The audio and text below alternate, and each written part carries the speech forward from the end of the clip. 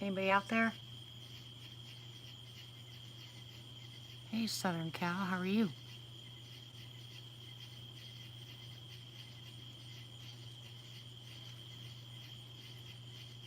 Hey, Quinn. Hey, Flea. Pizza Man. What am I going to do with you? Oh, my goodness. You're going to be the top of the conversation for a while, Pizza. It usually takes a little while before people start talking about food in here, but boy, that's gonna be so much fun. Anyways, welcome, guys. How is everybody? Hey, Pat.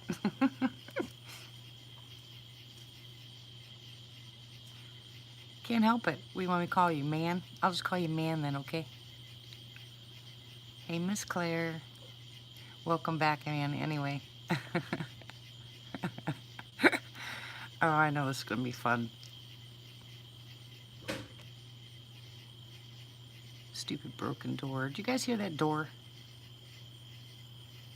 It's been so hot here that the house has shifted and now the doors stink. Hello, Pappy. Hi, Tim. Hi, Sissy. Hello, Mike.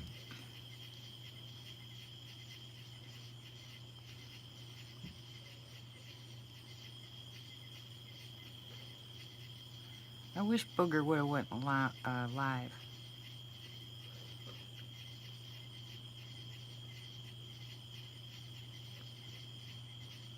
Hey, Belle.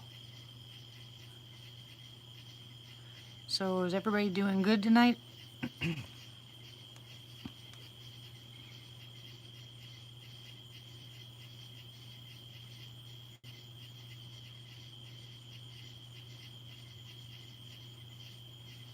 I don't know if he found the kittens. That's why I said I wish he would have. Hello, Treba. Hey, Tommy.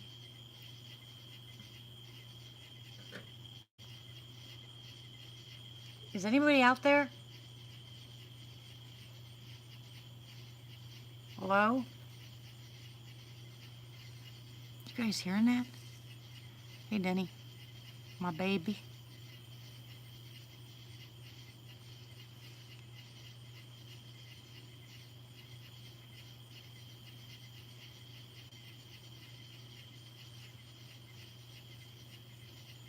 Crazy noise out there.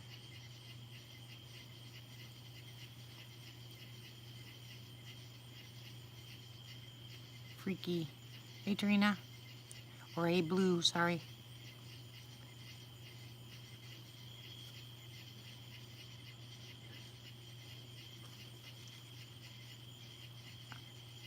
I think I got some animals out here tonight.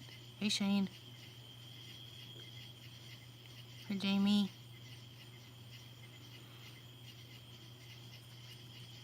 How's all my favorite peeps and family? Hi, my lurkers. Love y'all.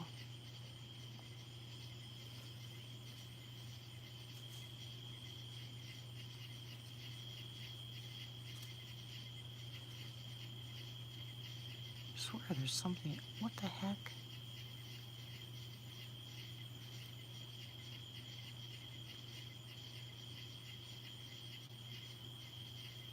Hey, Barry. I don't keep missing people. When a chat goes, it goes. I mean, really quick.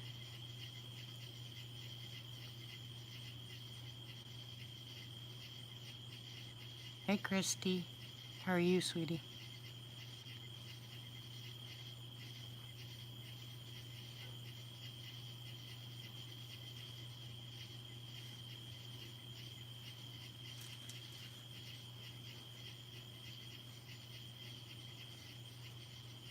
You aggravated? Why are you aggravated, hon? I know, right, sissy? Miss Christy, why are you aggravated, hon?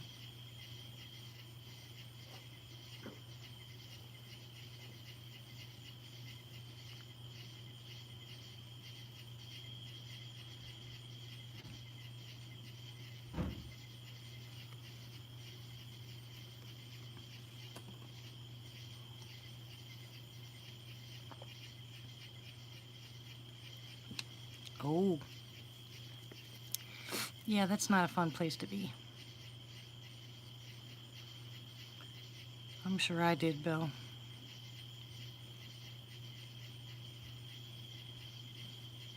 I know, right, Sissy?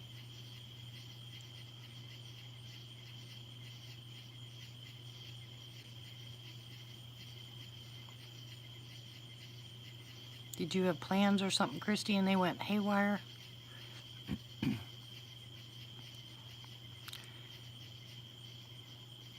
Yeah, I don't like feeling like a third wheel. Usually I'll just go find something else to do.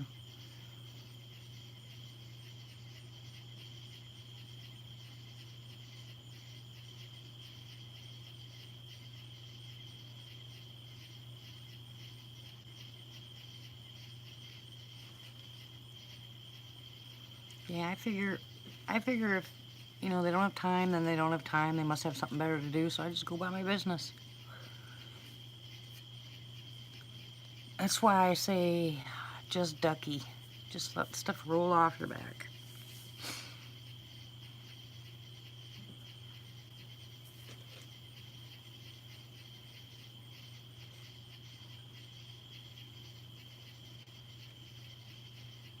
How's your wife doing, Shane? And how are you doing, Tommy? It's very true, Treva. Very true. Remember I said last night when you say hi to somebody and they say hi and you say how are you and they say fine, they don't mean it. Hi, Alicia. Welcome. Welcome to our crazy chat. Hey, AKA, how are you?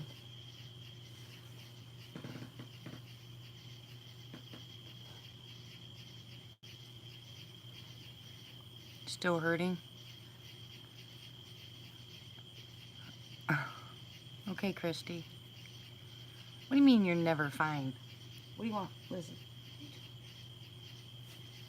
Oh, it was sitting right here. Maybe it's my machine battery. Okay, maybe, but bring it back when you're done, okay? Hey, Chris.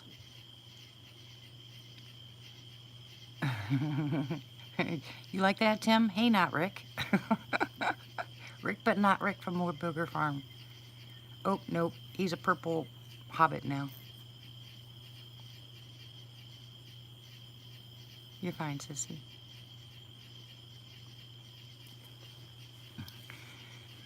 Anyways, this is going to be a little bit off topic, but I wanted to bring something up to you guys tonight. Try to get your cam. Who said no? They said no? Who said no? Wait a minute.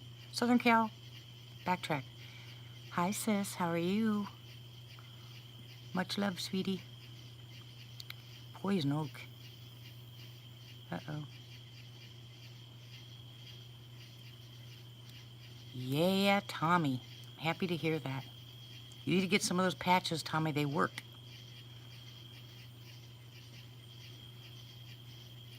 Okay, so Southern Cal, what do you mean they wouldn't let you? Who wouldn't let you? The Sassies wouldn't let you?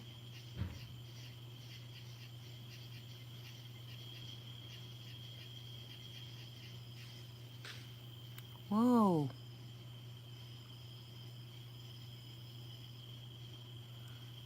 Ooh. Well, get yourself in the bathtub. Put some oatmeal in there. Put some, some Epsom salts and baking soda. Get in it.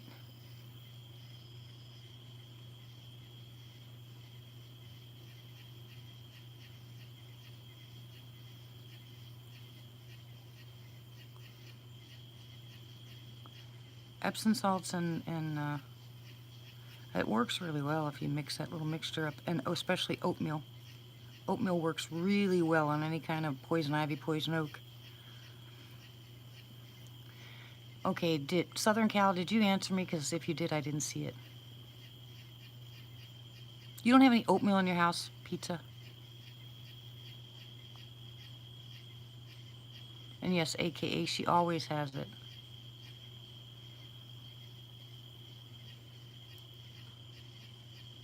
Welcome back, Mary. Yes, Epsom salts. Epsom salts and oatmeal are the best.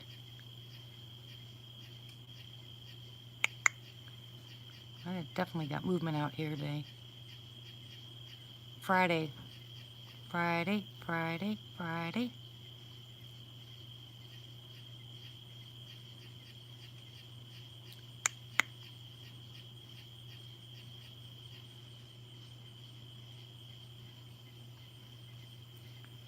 You know, you guys can shout out anytime you want. You know, you don't have to wait till Friday. If you have a good channel that you know, hey Shadow, if you have a good channel that you want guys to know about, go ahead and post it. You know I don't care. Shout it out.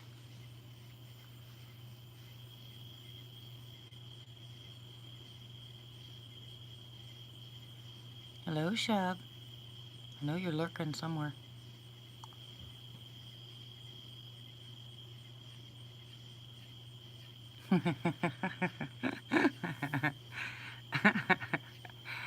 Yeah.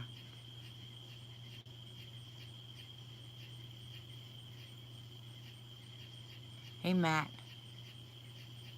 How you doing? Hey, David. Hey, Andy.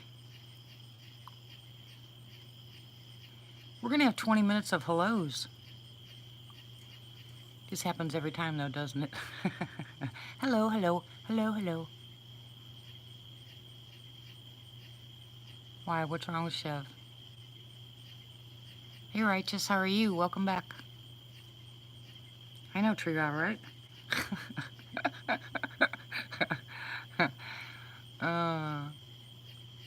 All right, so Southern Cal, if you can't go down there, hello, Maturish, welcome back. If you can't go down there, what are you going to do?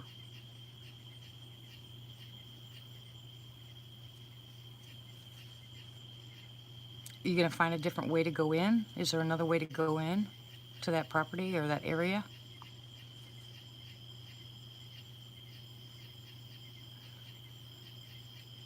Hey, that's a good idea. One love, common sense.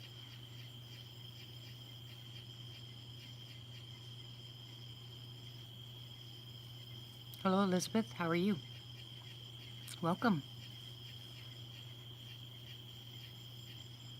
Yeah, I tell all the new people, you know, if you guys are going to bounce around from place to place and people want shout outs and stuff like that, the only thing I ask you to do is commit. You know, go to their channel, check them out. If you don't like them, don't scrub to their channel. You know, I'd rather you not do that than go there, scrub, and then unscrub. Well, yeah, they're smart.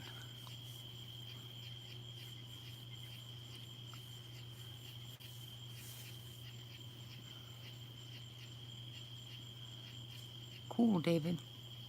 Yeah, tomorrow night's med chat.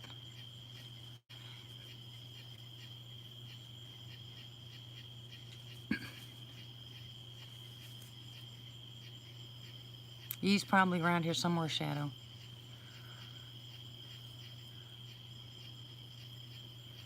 I'm sure you're right, Southern Cal. Okay, so here's my off-topic conversation for tonight.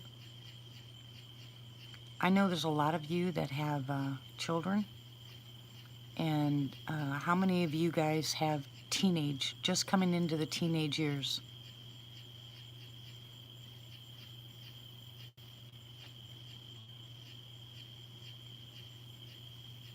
We're talking about 11, 12, 13, 14, just coming into those years. How many of you guys have that age bracket?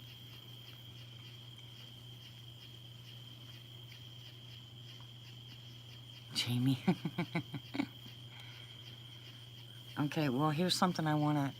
No, dogs don't count. Well, here's something I want to discuss, and this is pretty serious. Let me see if my volume is up. Okay. All right, well, let me bring this up. For about the past 6 months, we have been having some issues with one of my grandchildren. And he has found himself a girlfriend, and he's way too young, in my opinion, for this kind of stuff. And we tried to explain to him that, you know, you just might want to have friends first and blah, blah. You know, I mean, I've been through 4 kids and plenty of adopted kids and plenty of grandkids, so this is not my first roundabout. But this poor boy just fell apart because they broke up. And then he said he wanted to die. He told her he was going to commit suicide. So when my granddaughter came in and told me about it, she went in, told her dad, and they just, you know, they were yelling at him and telling him he can't do that. And this boy just wasn't listening. He was crying and crying and crying. His heart was broken. So this is what I said to him. And this is what I've said to my kids. From when you have children, I consider them and I tell them, I said, pretend that you are in a bubble. And that bubble is your parents. And their job while you're in that bubble is to protect you, but not hold you down, but let you be able to watch things that go on around you so you can learn. And sometimes you come out of your bubble and you're going to get hurt, you know, but you go back in your bubble under the protection of your parents. Well, in a lot of cases, that's not the case because the parents aren't around or they're abusive parents or something along those lines. Well, in this case, he doesn't have that. In this case, he has people that love him very much. And he still couldn't get it out of his head that there was an outside world outside of what that age bracket believes in. So I told him that it wasn't fair to her and it wasn't fair to him because they were children. Well, he kept crying and crying, and all of a sudden I told him, I said, would you rather be in the bubble and be protected by those that love you, or would you rather be let go and learn on your own? And he said he'd rather be in the bubble. That's the first time that I've heard a teenager say they would rather be protected. They want to be left alone to do what they want to do. They don't want to hear what their parents have to say. They don't think they totally understand at all. And I remember going through that.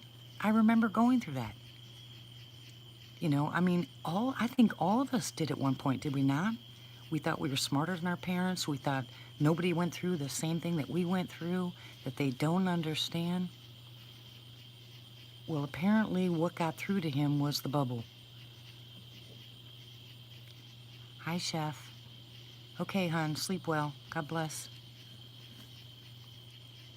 The reason I'm bringing this up is nobody knew. Nobody knew, okay? And just like the past thing that we've been going through here lately, I think there has to be more communication, less of arguing what the kids want to do and more of listening to what they're actually saying. Because if you can stop long enough to remember back to when you were that age, I think it can eliminate a lot of the problems that we're having with our teenagers. They really honestly do not believe we were ever there. Even if we explain in detail exactly what we went through, they just don't get it. They don't think that we understand. So, yeah, good night, Chef. Sleep well, hon. If you listen to them and you hear these stupid things,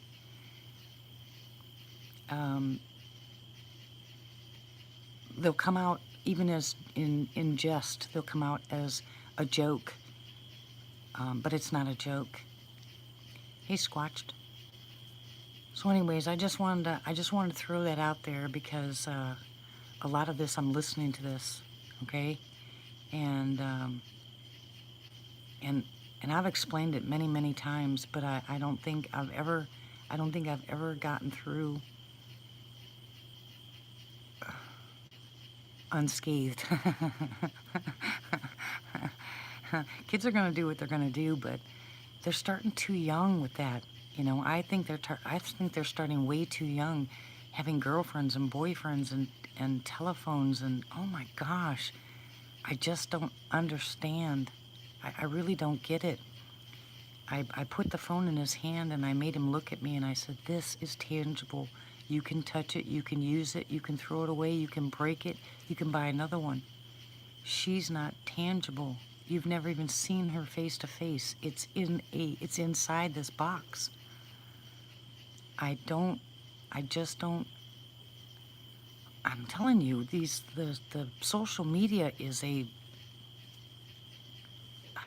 it's horrible. These kids, they don't know the difference between reality. Everything they hear and see on the social media, they think is the truth, even if it's, I mean, I don't care what it is. I'm in shock. I'm totally in shock what they believe.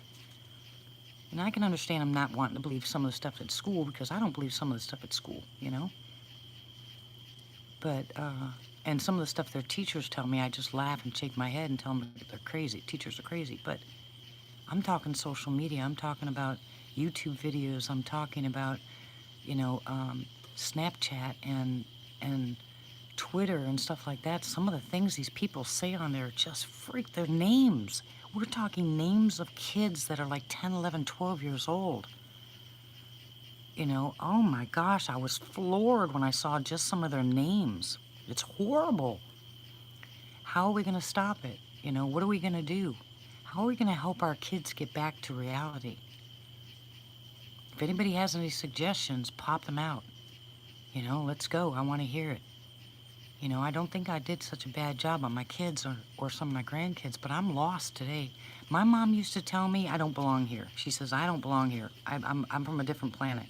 And I never did understand what she meant. Now I understand what she meant. It took me a while, but now I get it. Now things have changed so much that I don't get it. To me, it's a simple fix. You know, the kids are spending too much time on the phone, take the phones.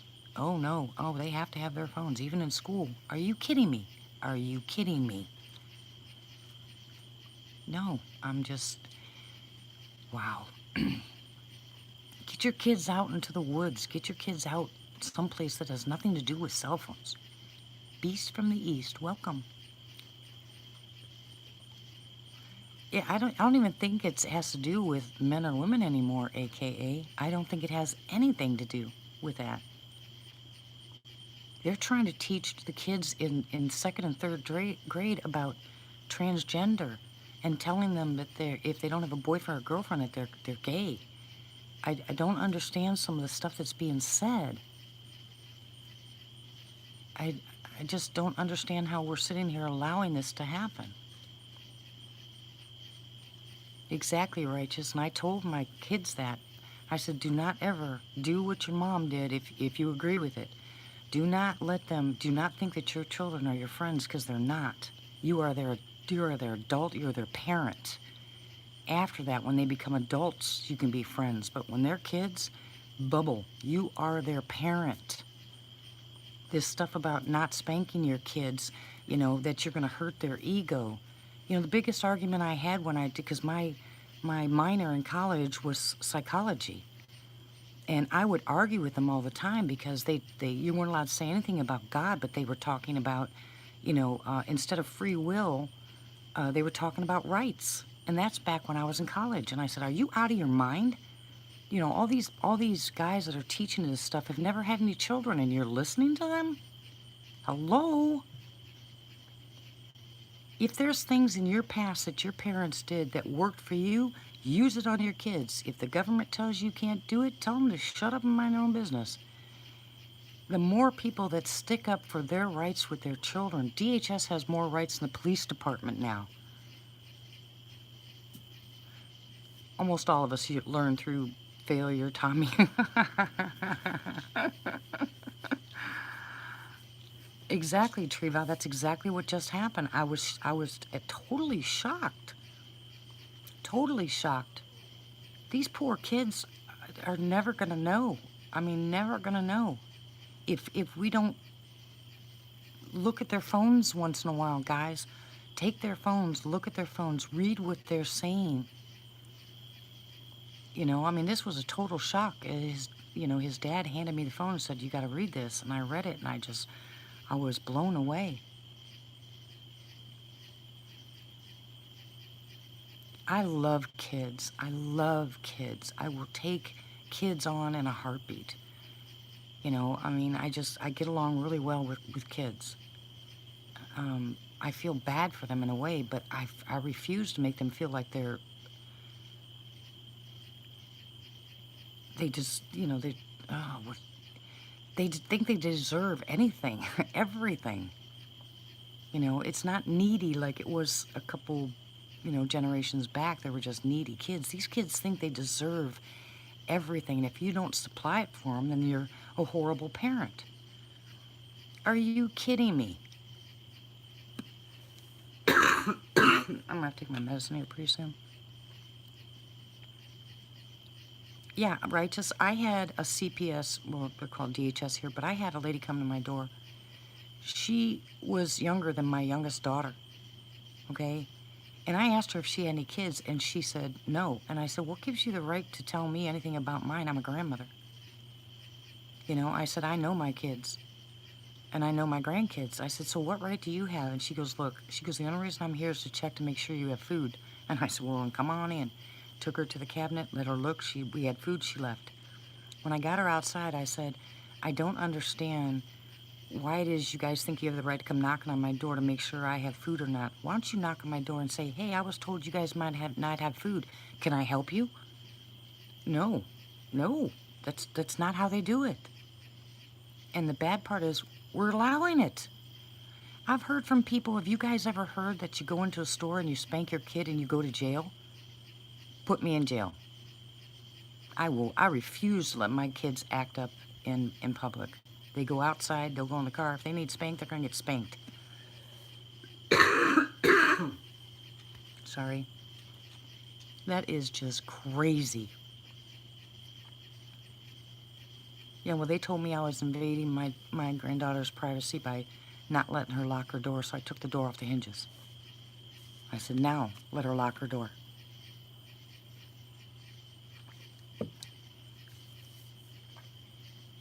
Kids back then, and most of us, were afraid of the retaliation from our parents if we didn't do what we were told, because we would get a spanking. And I'm not talking about beat a child. Okay, yeah, DHS is on purpose for children that get beat. That's fine. I agree with that 100%. But you gotta be kidding me if you tell me that you can't discipline your child by spanking them because you're gonna hurt their ego. Forget their ego.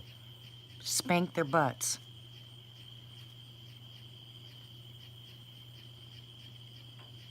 It's ridiculous that these kids are railroading their parents. You go get me this.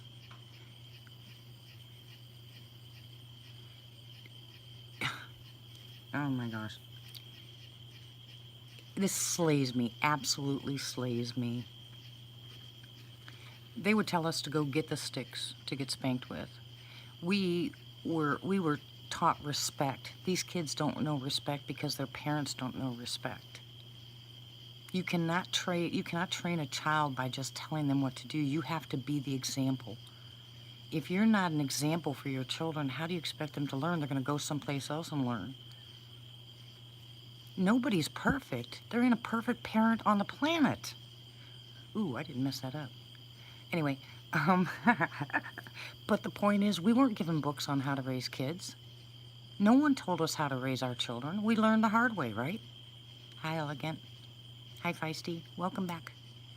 We weren't given a book. We usually went either completely opposite of what our parents did, or we did exactly what our parents did, and the society doesn't fit.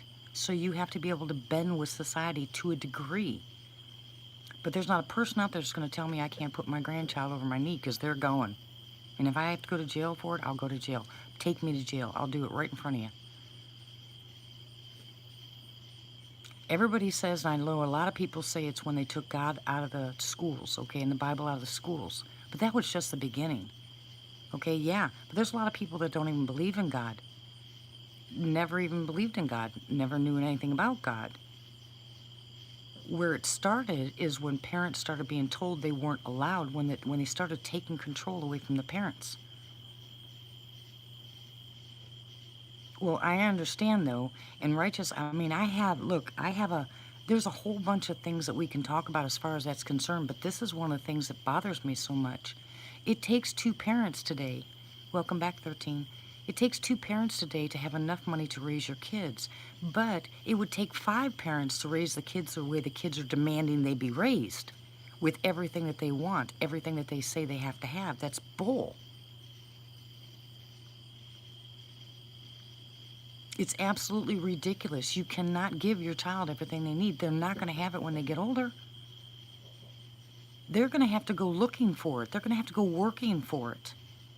If you give that child everything that they need, oh, there's a brand new mom and dad, and I got kids, and I want to spoil them and give them everything they want. You know, by the time that kid's 5, 6-year-old, they're demanding.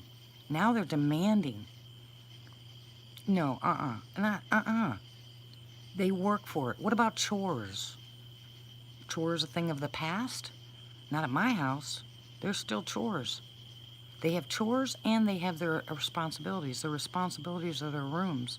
Their responsibilities are doing their own laundry. Their chores are something else. And they don't get money for it. This is what they have to do. I never got hit growing up from my mother. You know, from other people I got, hit, but I never got hit by my mother. She was too afraid to hit us kids. She smacked my sister once for back talking, drew blood because my sister had buck teeth, and she drew blood, and she never touched us kids after that. She would never raise her hand to us. Now, my stepfather was a different story because he used to like Hot Wheel tracks, but the problem is, no, you shouldn't have to explain Southern Cal. That's my problem. You shouldn't have to explain that kind of stuff to your kids. You go to the school and you tell them no. You tell them point blank no. That's not part of the normal curriculum. Either that or take them out and homeschool. Yeah, all I had to do was stand up. I never got to 2. You know how they say count? If I said 1 and I stood up, they were done.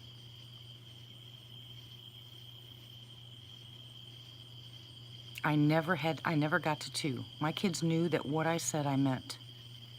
And a lot of parents today don't follow through on their threats.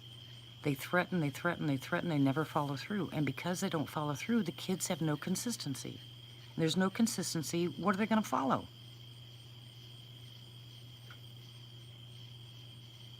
Sorry. I'm sorry, but that was just a subject that I was just railroaded tonight. So irritated about that. I am so livid about how complacent people have gotten with their children. They're just complacent. Oh, whatever happens. Oh, you can't stop that. Oh, that's just the way it is. Oh, that's social media. Bull. Garbage.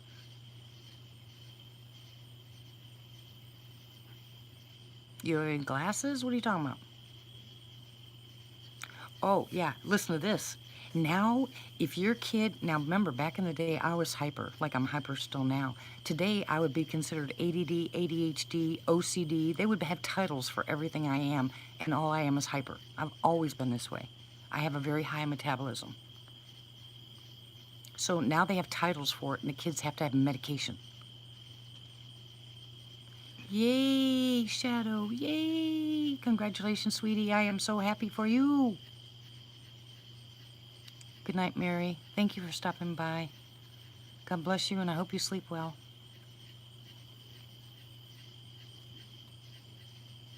Oh, yeah, I'm sure you're going to feel weird.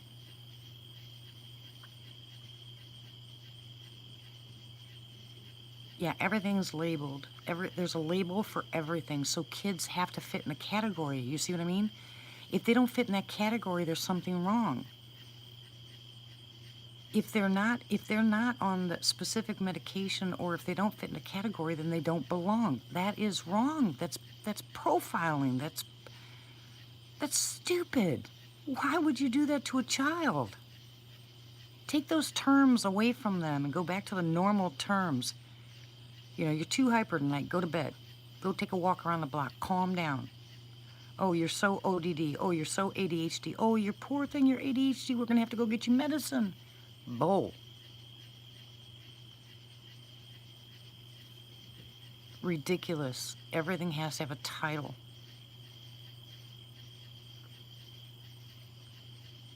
You can fix stupid, though. You can refuse for that stuff to happen to your kids. There's too many other things. The kids don't go out and play on their bicycles or in the woods anymore. They sit behind a TV. They sit behind a phone or an iPad. They're not getting any exercise. What do you want those poor kids to do? Where's their hyperactivity going to go to? course they're going to bounce around when they're forced to sit there with nothing but, I mean, no blue screen in front of them.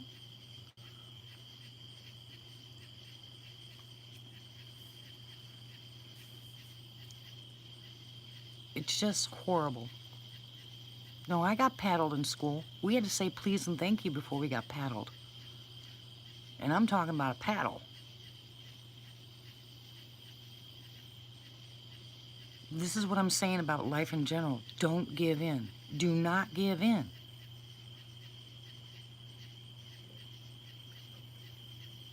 Yeah, these kids can tell you more about what happens on a computer or telephone than they can in school or your home. They have more answers. They couldn't even tell you. If you guys have some stuff going on at home, I bet you 10 to 1 your kids don't know anything about it. They know more about what's on their phone. Because that's where their brains are. They are stuck there. Not to mention all the stuff that happens to your brain when you spend so much time in front of a screen. Hey, Carol, welcome.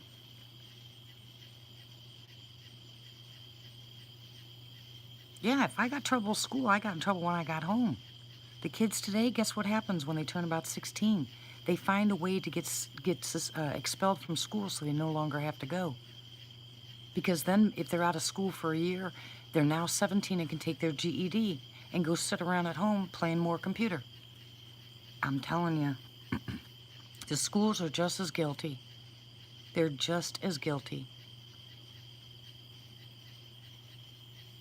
Same here, Sissy. I was a single parent and I was fine.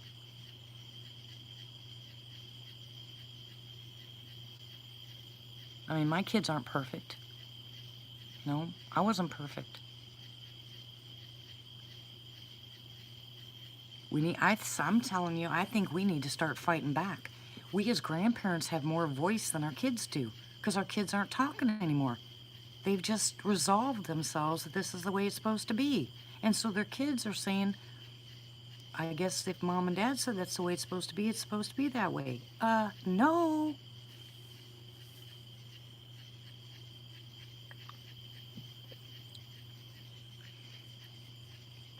Exactly, common sense. They don't.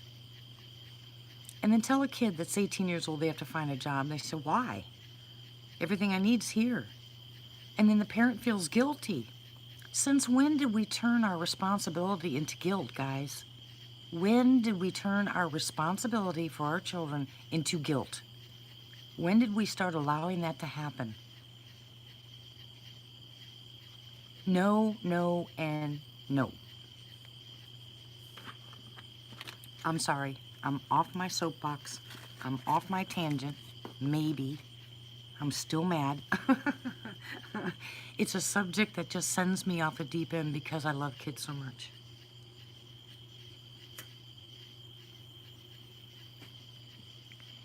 Obama's No Child Left Behind. Do you know what that actually means? It doesn't mean they get better education at all. I don't know what's going on here, Tommy. I'm hearing all kinds of stuff out here. I have no idea what it is. Metal clanging. Sounds like somebody's jumping on something. I'm waiting because I have to first eliminate the fact, hey, Sooner, I'm waiting to see if it's a cat, you know. Yeah, but he didn't really push it, and Obama did.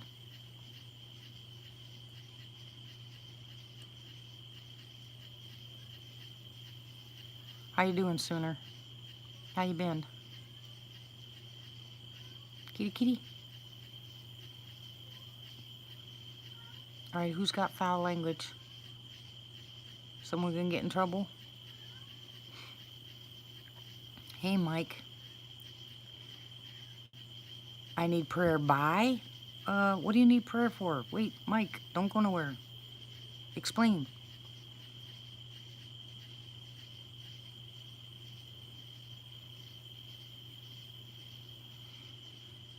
Yeah, I'm very passionate about wrongdoing.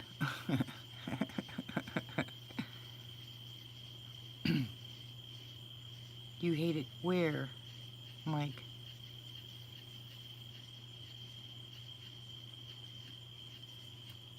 Yeah, the parents end up having to have consequences.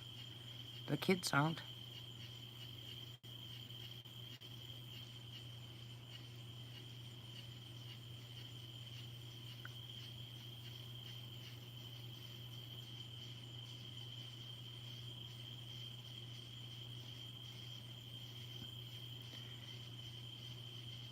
Okay, Mike, who's treating you bad? Hey, Christine, welcome back, hon. You guys will not get treated bad here. You better tell me if someone's treating you bad here.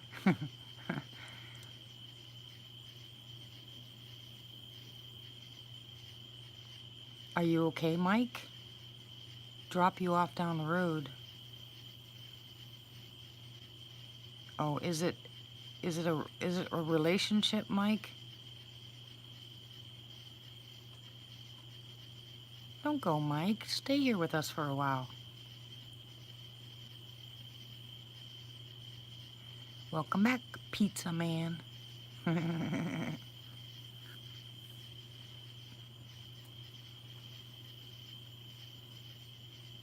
Someone needs to break the cycle. It's about time it ends. Mike, talk to us.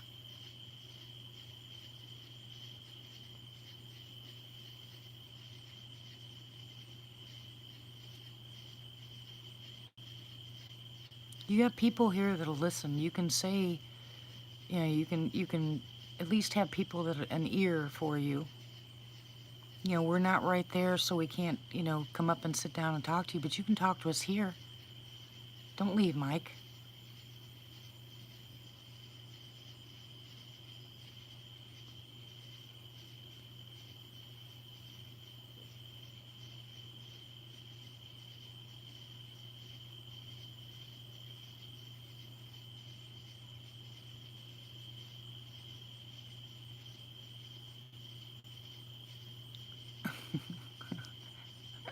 Tim, you and your cookies. What am I going to do with you and your cookies?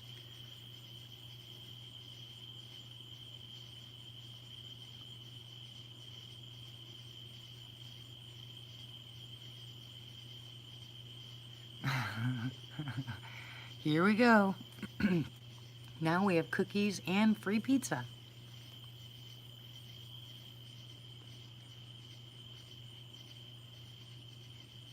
You guys are bad. You're really bad. And Matt with donuts? Okay. Okay.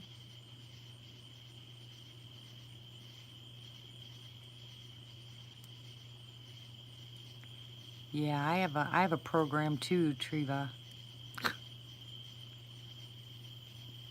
But thank you. I really appreciate it. Anybody that needs it, did you see what Triva said? There's a program out there.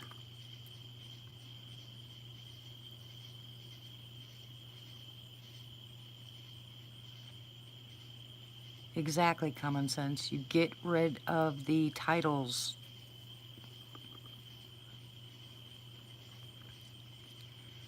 Mike's listening. Mike, you need to just come back in and talk to us, hon.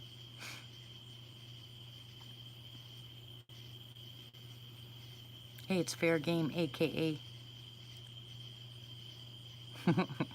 Right, Matt? Thank you, Pappy. That's for Shane. Come on, Mike.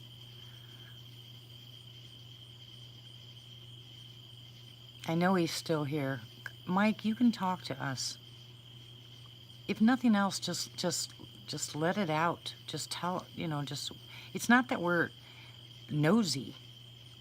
We just don't want you to be alone. Yes, I know Shane still needs help. He got $35 out of the $100 that he needs for his wife's medication. I can't do anything until the Social Security money comes in.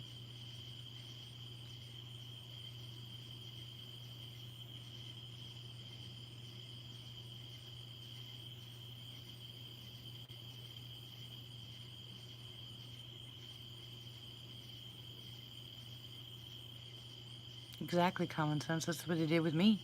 I spent all my time outside. My mom couldn't keep me out of trees or rooftops because I was so hyper. And I came home, and as soon as I walked in that door, took my shower, I was out like a light, passed out cold. But I get up roaring the next day, just bouncing off of walls. I'm 62, and I'm still bouncing off walls. And they never gave me medication for it.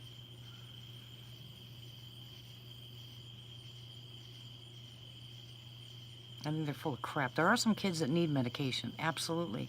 but it's not for ADD or ADHD. Okay, hon. Well, I'm glad you came by. It's nice to see you again sooner. I hope you sleep well. God bless you. Quiet, Tim. Look, guys, I know that Mike's probably still listening, so why don't we all just say a prayer for him, okay? Just to keep him safe. Let's just say a quick prayer for him.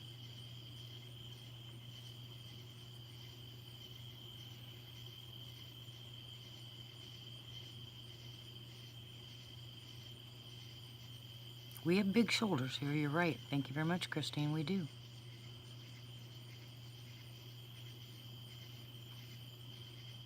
Nobody should be alone. And getting mad is fine. You know, the Bible says be angry and sin not. You do what you got to do. But if you're alone, you have a tendency to do things that you normally wouldn't do. So if you have people with you that you can talk it over with, sometimes it makes it a little easier, makes more sense. Flee, don't you start. Exactly, Matt. You cannot keep that stuff in. You need people to talk to.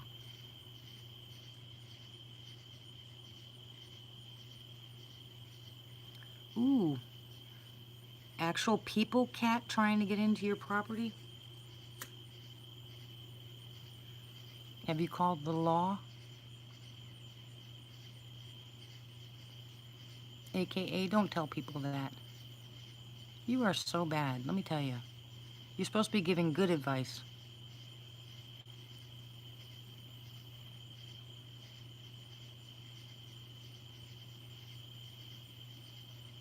Thank you, Mike. Thank you, Mike.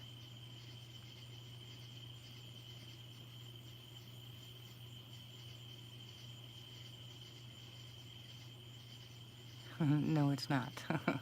It really isn't. Again, that goes against everything I just said.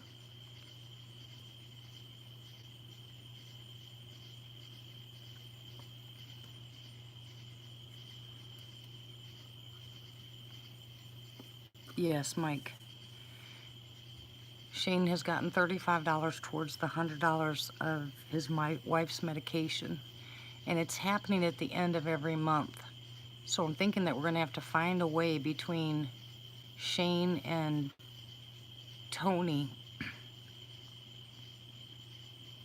I don't care if we do fundraisers, guys, because there's got to be some kind of program that can help them with their medications. That is the most ridiculous thing I've ever heard. Welcome back, my Christy. We love you, hun. Mike, if you're listening, come on, hun, come back.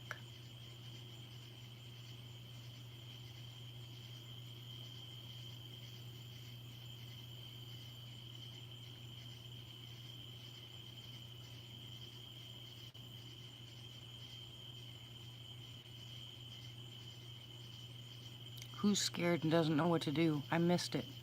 Who said that?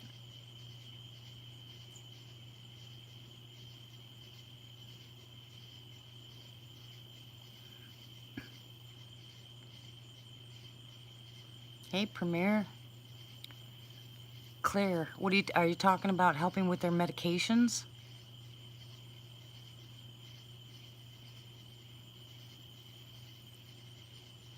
Matt the Brat said it.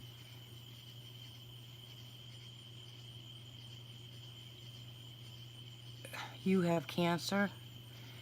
Is there any way that you can contact me?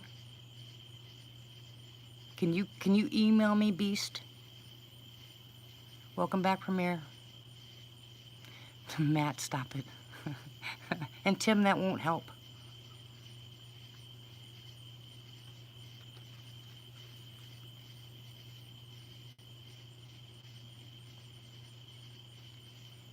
There's my email address, Beast. Martha just put it up. If you can email me, there is help for people with cancer. I am a cancer survivor.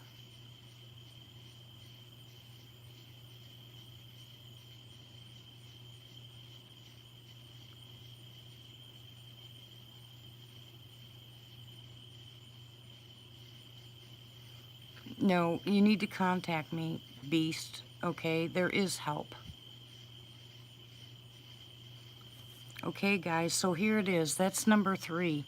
That's 3 people now that have said that they're in that position. So this is what I'm going to do. I'm going to stop right now, and I'm going to ask you guys all to stop for a second. And, yeah, me too, AKA, and let's pray. Okay, this is it. I'm praying right now. Father, in the name of Jesus, I ask you, Lord, your word says that where 2 more are gathered, there you are in the midst of them, asking anything of the Father, and he will do it. I'm asking you now, Lord, to protect those that need protection, whether it's Mike or anybody else, everybody on here that needs help, Father, that needs protection. I'm asking you to put your guardian angels around them with their flaming swords to stand firm to protect those that you love. Father, those that need money, those that need strength, those that need your love, those that need help in any way. Father, you're the only one that can do things that are beyond our reach. And we stand in agreement as a family in this chat tonight, just as a 3-strand cord. And we come before you and we ask you to move in a mighty way right now, immediately, because, Father, this is such a critical situation when people are afraid. We can't go take care of them, but you can. Send Michael, your archangel, to protect them. And Lord, for everyone else who's in this chat that needs prayer, Father, I'm asking you now to listen to them, to hear their hearts, to bend your ear, hear their prayers. Father, move in a mighty way as you normally do, and I'll give you the praise and the glory. In Jesus' name. Listen, guys, prayer is powerful. Prayer is very powerful. I have been healed twice. The Lord has given me such a major thing to pray for people, and I'm going to pray. And I'm praying right now that every single person in here, send up your prayers to the Lord. Send them up and protect these people that need protection. We can stop a lot of stuff, like Mike being out there, like Shane's problem, you know, like, I mean, all these people that are having these problems. Kat, you are protected. Mike, you are protected. You need to stand on the Word of God. For those of you that are sick, stand on the Word of God, because He did not tell us that we were going to die. And He's not the author of death. The Bible says a man is appointed once to die. And when it's his timing that you die. So if it's something like cancer, which I believe is 100% from the enemy, it's time to fight back. You cannot quit. Now, there are so many places out there that can help.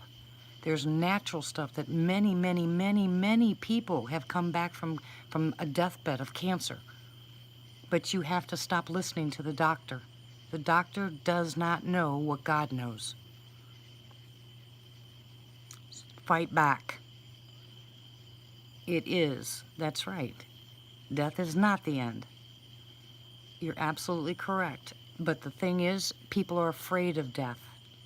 It's not a matter of going to heaven and hell that they're afraid of. They're afraid of the act of death, of suffering through till death. This is where the family of God gets together and helps those that going through it. So I'm going to ask you, Beast, to contact me. ddjs2000@cox.net. There are places that can help. There is things that you can do. I'm a cancer survivor. And I didn't know the Lord back then. So don't give up. Don't quit. There's many people here that are cancer survivors.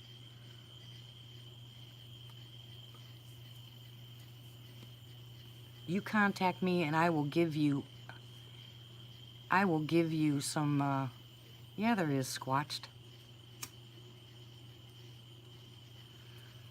I will give you some examples. Okay, Carol.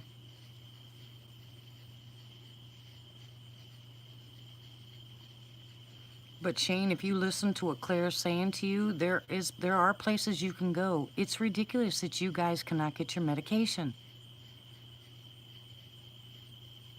You have to have, there are way too many places. People just don't know about them.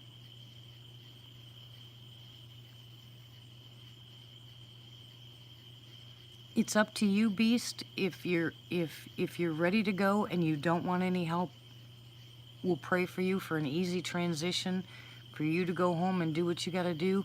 But if you want to fight, you contact me.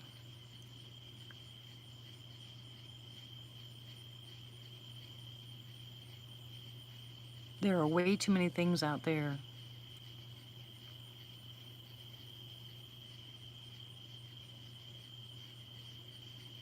You're fine, Cat.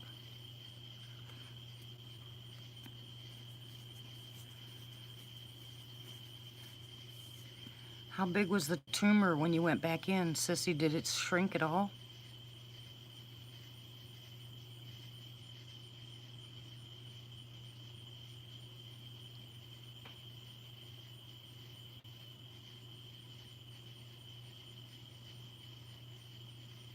Exactly, Christine.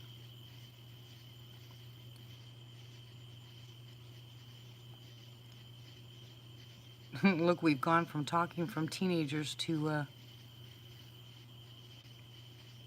we've gone from talking from teenagers to going to storming the gates. I guess Miss D's in a fighting mood tonight, huh? One free script is not the action.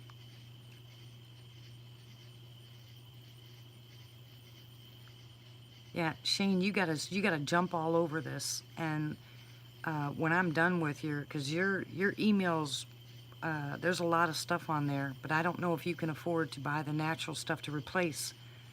So that's the issue I'm having. I'm trying to find stuff that you can get easy. I don't see a moon, Tim.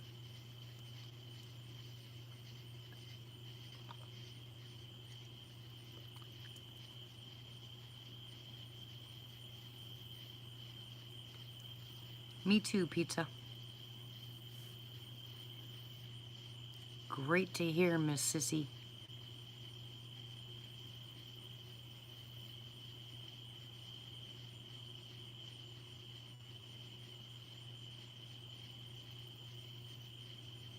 Yeah, I've never heard of any free scripts in the state either, but I know that there's qualifications that you have to have. I think it's income based, but they have to give you X amount off your prescriptions, and it has something to do with DHS and Social Security. So I know that they can do that. There's also an extra pharmacy card that you can get if you're on any of those. If you're getting DHS help or you're on Medicaid or Medicare, there's a pharmacy card. And my mom's pharmacy card, her medications for her breathing at one point, hey Strategies, for her breathing at one point was $148 per little vial that they gave her. When they gave her that extra card through that company, she ended up paying $14.99 instead. So there are places that'll help. You gotta get mad and start contacting these people, and don't quit until you find it. Actually, you need to go straight to the, I would do the closest, not the insurance company. Are you on Medicaid or Medicare? Or is she on Medicare?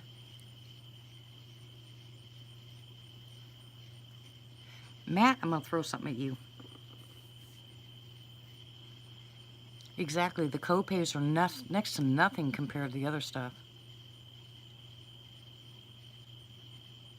What's it called, Feisty?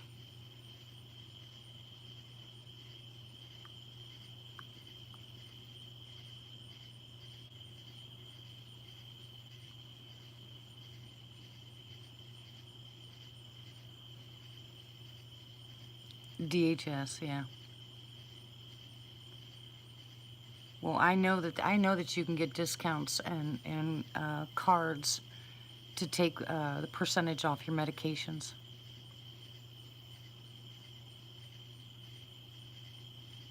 Thank you, Carol. See what I mean, guys? Shane, there's a lot of people here. If you look back, take your time and look back and start writing down some of the names or some of the places these people are telling you. And Feisty said this before, call 211 on your phone. Frog legs. Yeah. My sister-in-law was on a brand, she stopped counting at 350 electrocardiogram conversions. I mean, she was in the Guinness World Book Records. I mean, this lady was a walking miracle, right? I mean, she just had so much of this stuff done. But she had this new medication they give her to stop her from going to atrial fib that was, I forgot how much they said it was, almost like $1,200 per pill. It would have cost her about $10,000 a month for this medication. And because of her insurance and because of the supplemental pharmaceutical thing, I think she paid like $60 a month for her medication. She would never have been able to afford it before then. There's way too many programs that have help. Yeah, I know. It is horrible.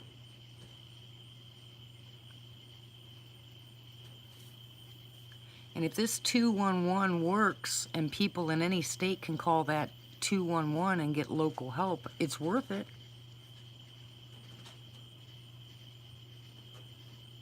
Really, Mike? I'm telling you. Hey, Tracy. I'm sorry, I didn't see you, hon.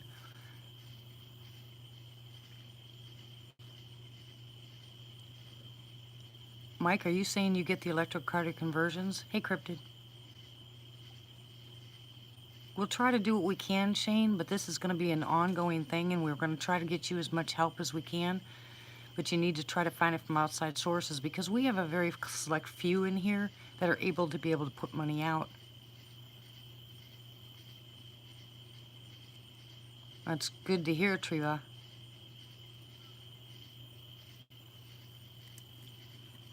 Yeah, we want to do anything that we can to get you as much help as we can.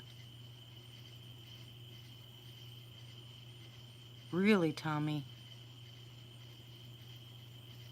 There you go, guys. Shane, you're getting all kinds of, well, everybody that's in here is on medication if you're having a hard time paying for it. There's a whole bunch of information right here popping out. Start writing them down, guys. I wish I could, but I can't. What are you growling at, Shadow?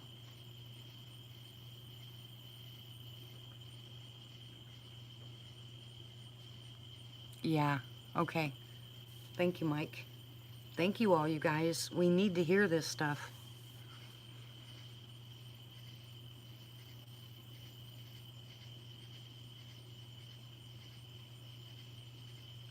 Yeah, me too, Pizza Man. Me too. You never know.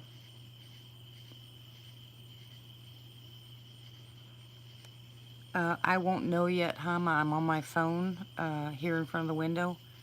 I will go back as soon as I'm done, and I will answer your email, and we'll go from there. But thank you very much for emailing me.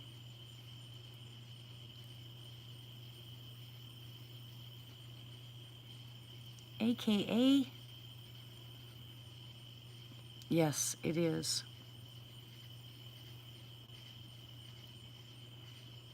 Well, they do. They do, Squatched. Tommy, what are you eating? Yeah, guys, the chat goes really fast.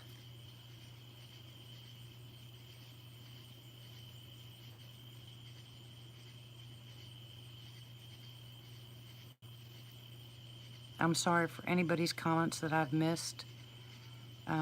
But like I said, you guys are able to. You can go back and look and write this stuff down. Take advantage of it. There's a lot of people in here that have a lot more information as far as that kind of stuff is. I can help you with the getting off of certain medications. I can help you with diet. I can help you with weight loss. I can help you with a lot of stuff, but that kind of stuff I don't know anything about. Not you, Tim. I'm talking to Tommy. And I 100% agree. Oh, on here you gave me your email? I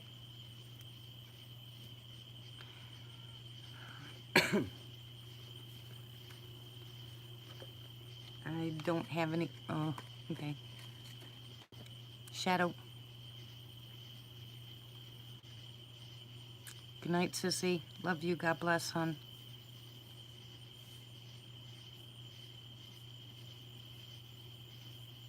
Pizza Man, let me say this.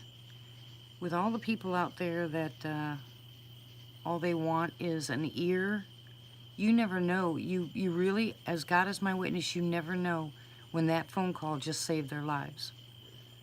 Sometimes you'll never find out, but it did save their lives because somebody answered the phone. Me too, Tracy. But you guys are all doing your part, though. Cryptid, stop it. You guys are all doing your part. You're giving information for people that don't have that information. It isn't all about money here.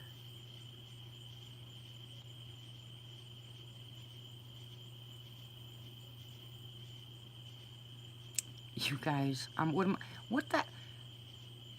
No, Tommy, you can't have it. Tommy, no. Go eat your carrots. Hey, Gator. Get him, Martha. Tommy just got out of the hospital.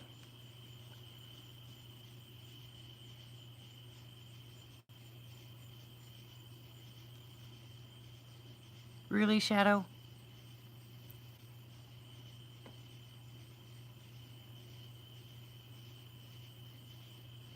Keto cheesecake. Woohoo!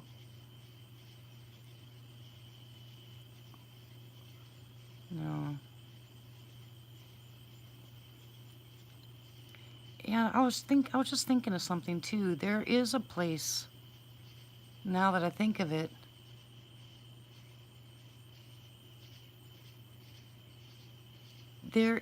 every single city should have a place that helps people that are homeless. That's true. And if you go down there, I bet you 10 to 1 they have a list of all the places that will help.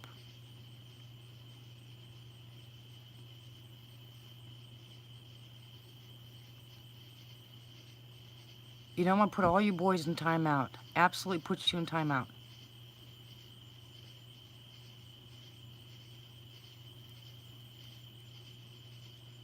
Yeah, we just went through that, Pizza Man.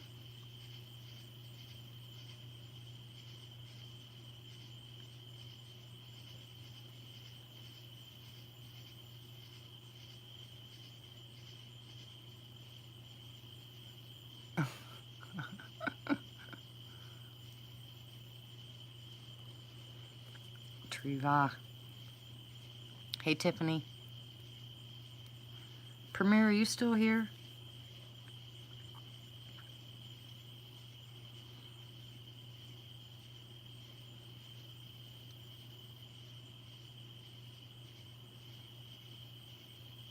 How you doing, Miss Tiffany? Christy, are you still here? Yeah, he might be. A lot of people lurk here. That's okay. I have no problem with their lurking.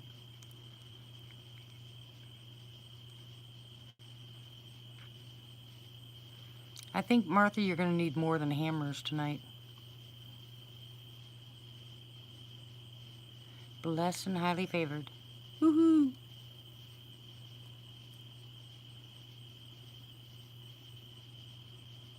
No, Mike. You guys better stop eating this garbage at night. I'm telling you, I'm going to ground you all. To the moon, Alice. To the moon.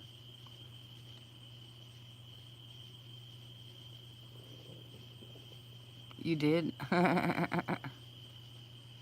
Uh-oh, she's going to lock you guys up. Now you're really in trouble. Look what you did. Now look what you boys did. We mean there.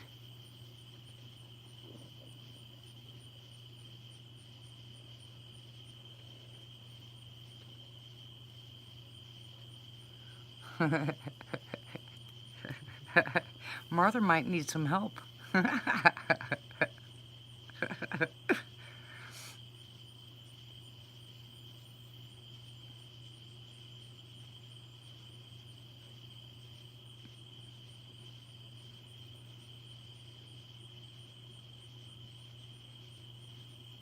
Vegan rotini.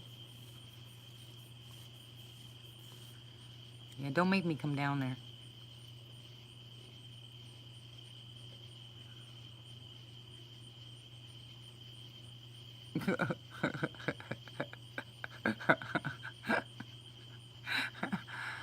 I'm telling you, I have got a chat with a bunch of brats in it.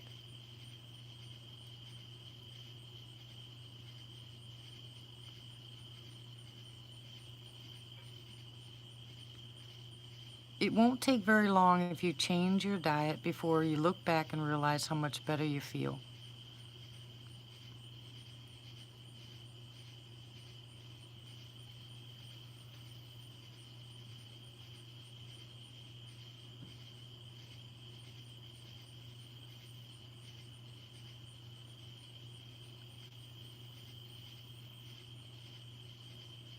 Who's Hop? Who are you guys talking about?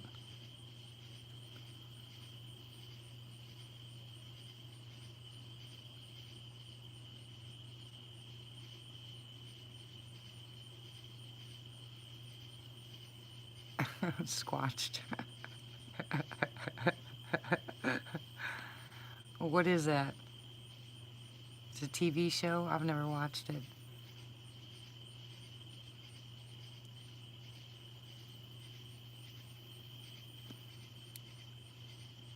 I don't watch stuff like that anyway.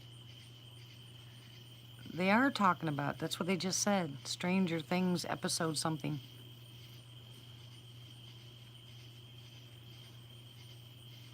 Exactly, Chris. There's a lot of people that are living proof. And look what Brock said. You know, he feels a whole bunch better. He ate a bag of apples, for crying out loud. Take your little finger, Christy. Oh, how do they do it? I don't know. I've seen them. I've heard it come out of them, but I haven't seen how they did it.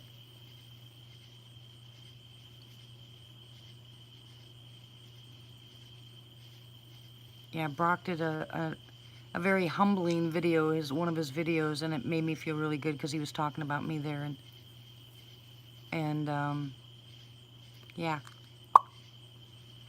you know, but he didn't do that, you know, he just does it they do it with their lips, but I don't see how they're doing it.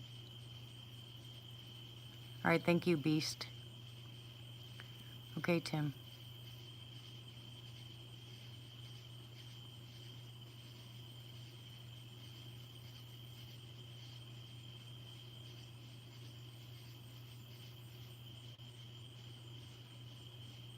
I don't know if they do it like a click, like with their tongue. I don't know how they do it, but like I said, I mean, I know I didn't see Boo stick his finger in his mouth to make that noise, but he certainly made that noise and like 10 times louder than I can do it. But here, when they do it, it's real low, so I don't know if they're just clicking their mouth. I have no idea what they're doing. Be careful, Triva.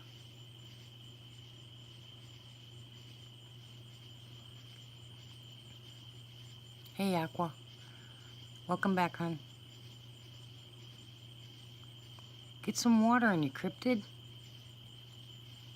Are you saying goodnight, Flea?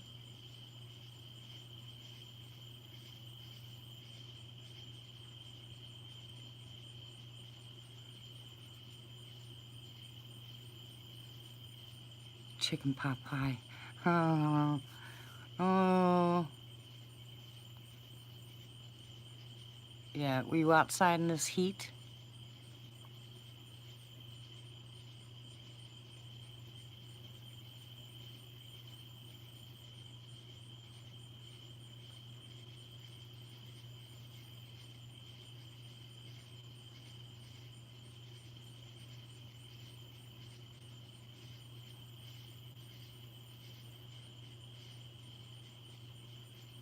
I know. Were you out in this heat, cryptid? Is that why you're fatigued and dehydrated?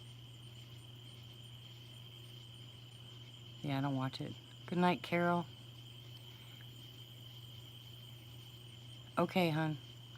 God bless you. All right, well, what are you doing about that, Cryptid?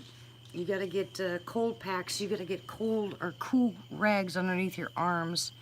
You gotta get some electrolytes into your system. You got to sit down and relax. You know, lay down and relax. Don't watch TV or nothing. Just kind of lay down. But it's really important that you, if you're still going through the hot and cold flashes from heat exhaustion or close to heat stroke, then get cool rags and put them in your armpits. You want to make sure you regulate your temperature. Hey, Michael, how are you? Welcome back, sweetie. Cool rags under your armpits and drink. Sip, don't chug. If you have any Gatorade or something like that. Yeah, I certainly wouldn't drink alcohol or coffee. Well, the fastest way is under your armpits, Gator. Either between your legs or under your armpits. It's the fastest way to bring down body temperature. And without it causing you to freeze. Yeah, I don't drink alcohol either.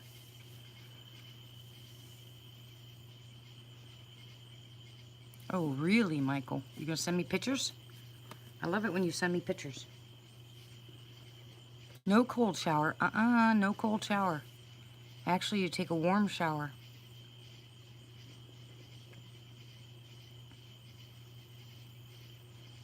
Well, going too fast is dangerous, guys. It's not good for your heart. You don't jump in a cold shower when you've been overheated all day long. It's a good way to have a heart attack.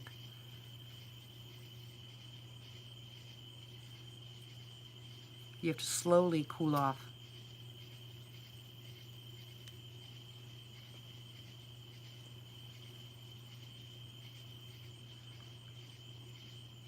Yeah, you don't do anything.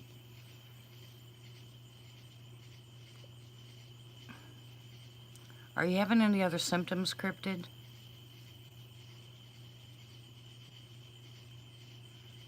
Yeah, I did, because he poured ice water over his head.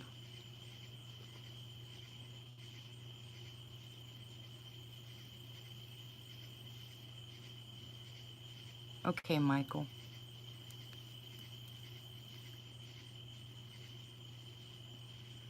Cryptid, tell me your symptoms, hon. Besides fatigue and dehydrated. And now short of breath.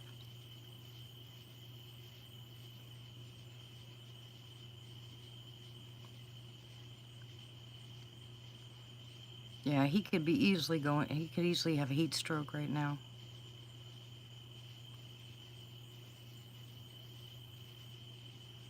Okay, do you have a thermometer, Cryptid?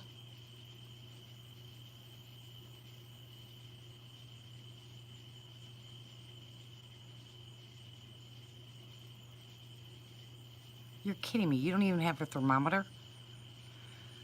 Oh, what am I going to do with you guys? All right, listen, Cryptid, you got to listen to me. Seriously.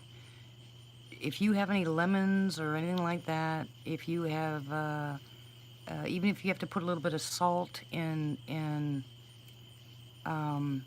your water, get the rags underneath your arms, start drinking the water, regulate your breathing, try to relax. The last thing I want you to do is panic. I'm not saying that you have heat stroke. You would have other symptoms if you had heat stroke. I doubt very seriously you'd be sitting there typing as well as you are if you were actually in heat stroke. So, I really need you to calm. No, don't put your feet in cold water. Not yet. Not yet, Mike. Under the armpits first. Let's see if he starts to regulate. If any of those change, you know, then you can go from there. But the first thing I need you to do is get cool rags under your armpits.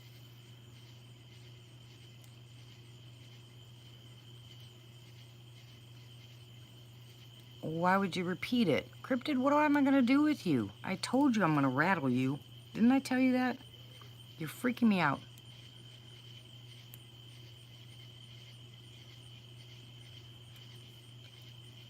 Well, you got to do something. You got to do something about it. You can't just sit there. First, you got to do something about it. And yeah, guys, we'll get to all that. You will if you've gone to the bathroom. Well, he knows he's dehydrated, you know, which means your urine will be concentrated, which means it'll be dark. Sip your water, put your cool rags underneath your arms, and relax for a little bit. Just calm, chill out, and do this slow. Well, yeah, but I know if he knows he's dehydrated already, then his urine is probably pretty dark.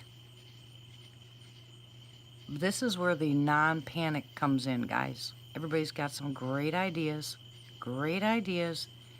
but first you gotta slow the mind down. One thing at a time, okay? One thing at a time. Calm first. This is the nurse D coming out.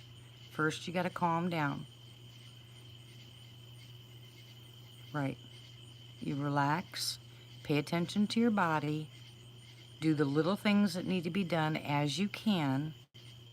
No, don't breathe in a bag. That'll really cause some hyperventilation. And this is my breathing that I do. Depends on how short of breath you are. You close your eyes, you breathe in, only count to 2, and breathe out, count to 4. And as you keep doing that, a little bit later, you can breathe in 4 and breathe out 6. Slowly do it back and forth, okay? And just keep yourself rhythmic. It'll be okay.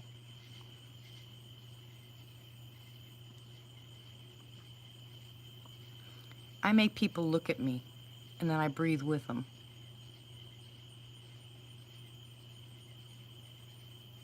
Hey, Brown.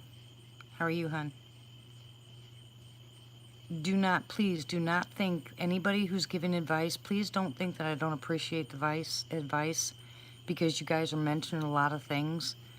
But you throw a lot of things at somebody in the midst of something like this, and all they're going to do is, it's too much. So, everybody's got great ideas. No ice, no cold showers, no putting feet in cold water. Slow down, breathe normal, and take one step at a time.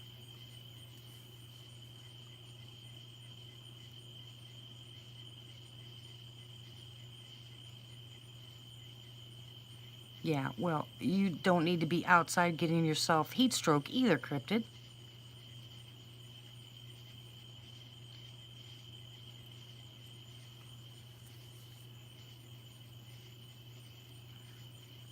Guys, did you read what he said before? Well, yeah, you gotta work.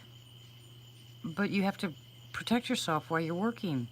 You get a bandana, you wrap it in cool water, you put it around your neck, you drink stuff all day long. You make sure you pee all day long. Keep paying attention to the color of your urine as you go. If your urine is starting to get dark, then you just need to drink more water. Paying attention. Look, I was a firefighter. We were out in 100-degree weather in full gear. Okay, I pulled plenty of young guys off the lines because they thought that they were He-Man. You're not He-Man. Heat stroke is real. You've been in the ER for it. You got to get smart.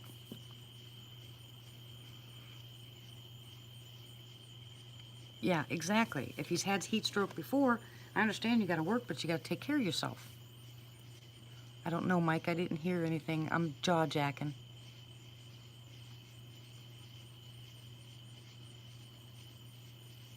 I'm going to yell at you, Cryptid, if you don't listen to me. Don't make me come down there.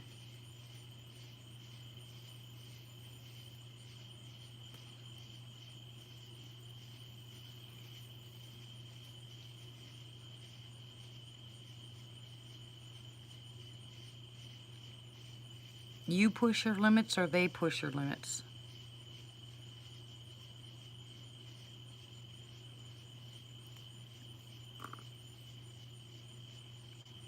Well, then just do it. Be smart about it, hon.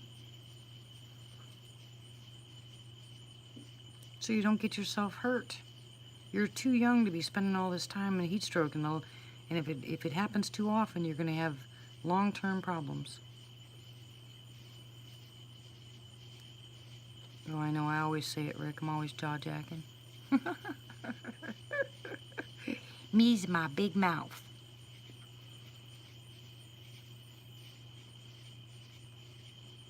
That can't be right. Do I really have 46 people in here and 27 thumbs up? Hmm.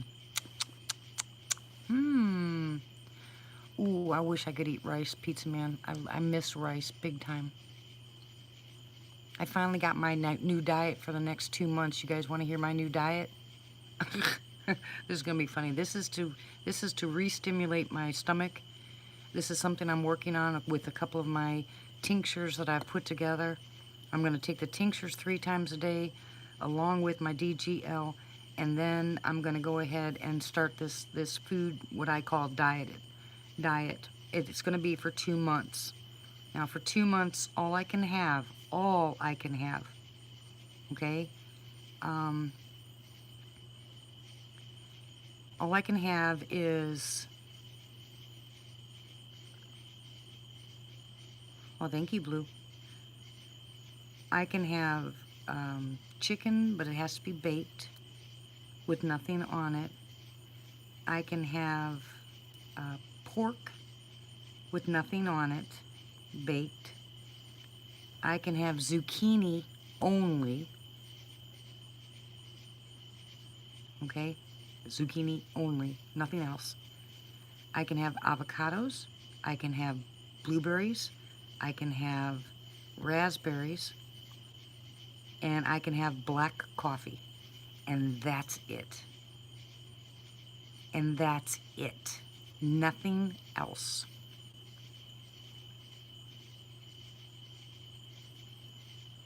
Do you see what I mean? That right there on top of the tinctures that I've put together is supposed to stimulate my stomach. You know, none of those are hard to digest. No simple sugars. I can't have any sugars whatsoever. No sugars. No salt, no lemon. I can't have any kind of citric acid, so there's a lot of those are out. No apples, no oranges, no bananas, no nothing. Okay?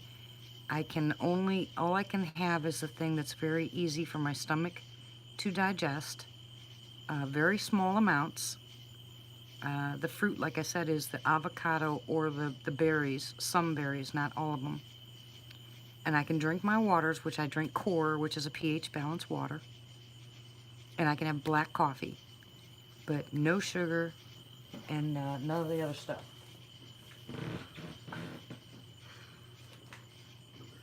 Thank you. Yeah, it'll only be for 2 months. Oh no, you can say your meal. I have to make dinner for everybody. It doesn't bother me. Trust me, Pizza. No, don't apologize. Hi, Arena. It doesn't bother me whatsoever. I mean, I can make dinner for everybody else. My favorite is Italian. I love to cook Italian food, and I can cook it. I can cook it for everybody else and not eat it, so I'm not worried about it.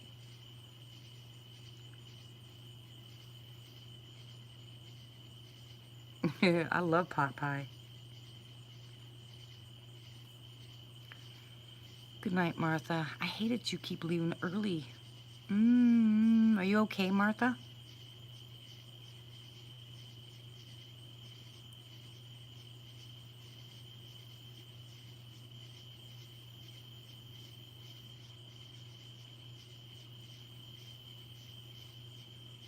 Botox? What? Oh my gosh. Love you, Martha. I know, hon.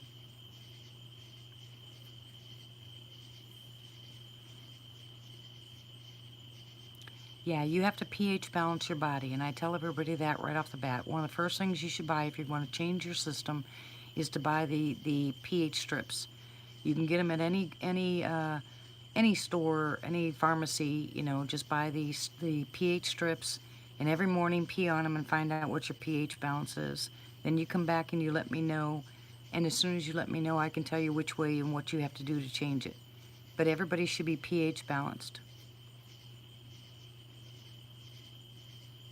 Yeah, I can't have any spices whatsoever. I mean, I can't add anything to it. It has to be plain. Everything has to be plain. No salad. No veggies besides zucchini. Zucchini. Really? They even took my pickles from me.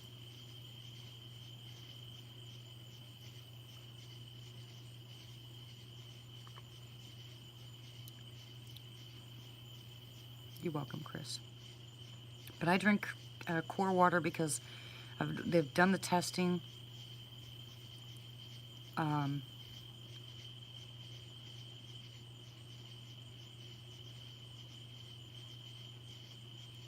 19 and 97 pounds. You need to gain some weight. Yes, absolutely, sweet tea is bad.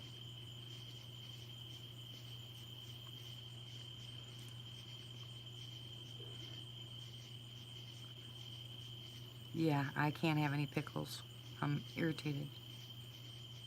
Yeah, you don't want anything that's sugar-free because everything that's sugar-free, yeah, me too, pizza. Everything that's sugar-free has got either aspartame or ascorbate in it. You might as well quit. You might as well not drink it. Make your own sweet tea. Put honey in it. Good night, Shadow. Love you, hun. God bless. Yeah, I love dill pickles too. And that's one thing my stomach can handle, but I can't have any.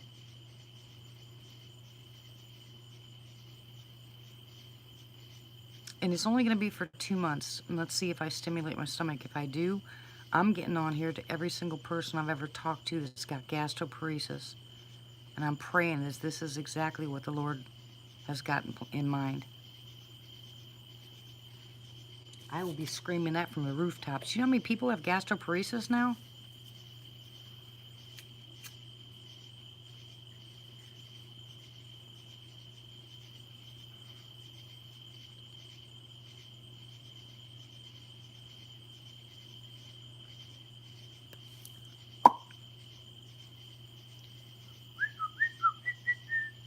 Jaffe was bombing today too.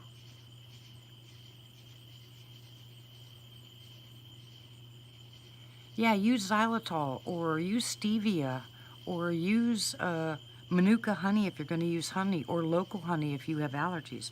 And don't forget, everybody, get your onions out now. Flu season's coming up. Get your onions placed all around your house. I'm telling you, it's going to hit you like a ton of bricks. There's a new flu virus this year that the flu shots are not going to help you with. And it is a sore throat, wicked headache, back of the neck pain, and stomach all at the same time.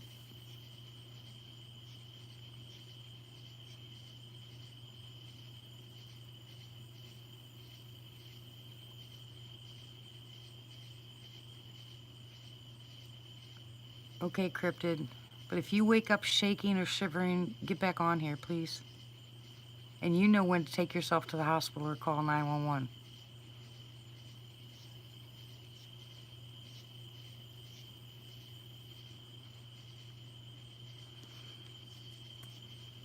I don't know why they give anybody in the hospital Jello except for to help them, put something in their stomach, but Jello is just stupid.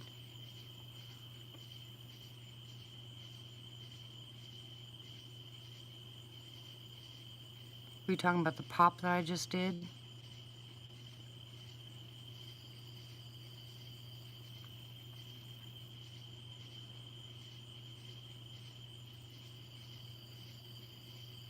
Yeah, if you get to that point, then you get to the ER. Because they will have to get you IV liquids because your kidneys will not be able to produce enough. So don't wait too long. If you start getting real lightheaded or you can't talk, say something out loud. Talk to yourself. If it doesn't make any sense, get on the phone, call 911.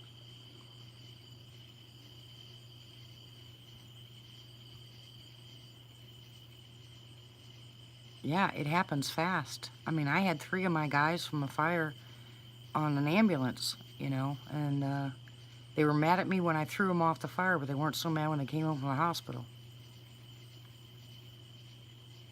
Yeah, it's nothing to play with, and most of the time, I have to tell you this, it's not the girls that are getting dehydrated and heat stroke, it's the guys, because you guys think that you can handle anything. You can't.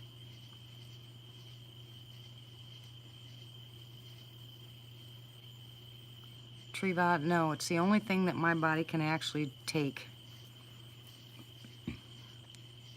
It's for a specific purpose, and I can only eat about the size, about a half a cup of anything. So between the chicken and the pork, and I'm not worried about my liver or anything like that right now. This is just to stimulate my gut service. So after that, it's different. But I'm sticking with it. Thank you, I appreciate it. There's a lot of meats, guys, that's gonna put toxins in your system, not just pork. Almost every meat that you're gonna get from the store is gonna do the same thing because they load them with a bunch of chemicals. So it's not just pork. It used to be that way. But right now you got as much of the bad stuff in chicken and in beef that you have in pork.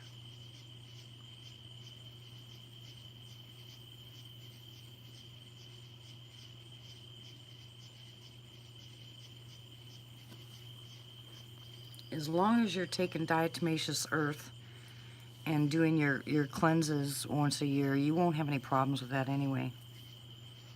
Everything in moderation, remember? Yeah, I hear you. I hear you, Matt.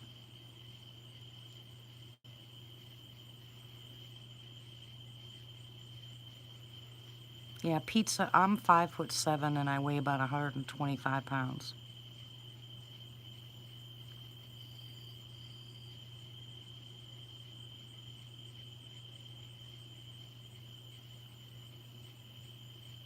Any kind of sugar is deadly to dogs. Any kind of sugar. It's not the chocolate. It's not the carob that's in the chocolate. It's actually the sugar. The diatomaceous earth, first of all, Mike, I have to, well, you don't take the medication, but diatomaceous earth, you just put a pinch in water and you drink it. You can put it in a glass of water or a bottle of water, drink it, and then you really start having to chug the water after that. At least 2 or 3 bottles of water, and you'd keep doing it as long as you don't have any kind of gut pain. You do that for about a week, and you'll start noticing changes in your toilet procedures. And then once a week, you have to add. Good night, Beast. Thank you for showing up. I will get to you, I promise. Tonight, I will answer your email. Then you start having to add, like Gatorade or something like that, something that has the electrolytes in it. I say put lemon, lime, and a little bit of sugar in water and some honey, and you drink it.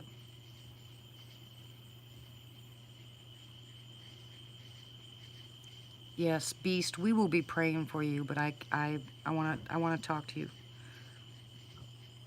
Thank you, Tommy.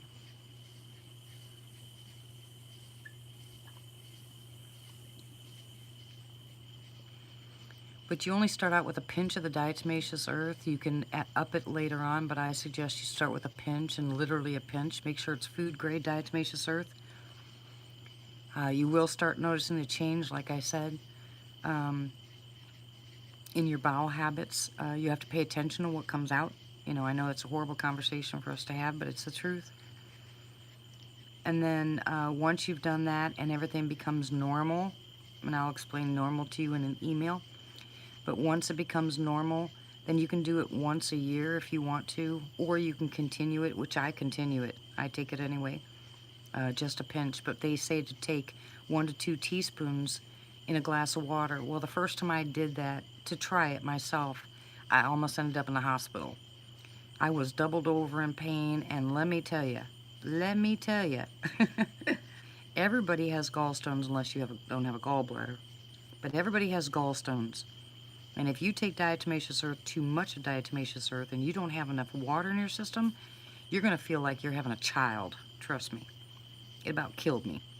So I learned how to do it the right way. The right way is do it slow.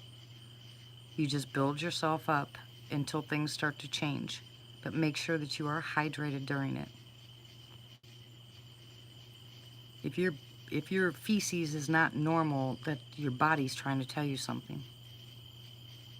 Your urine, your feces, your sweat, all that should tell you something.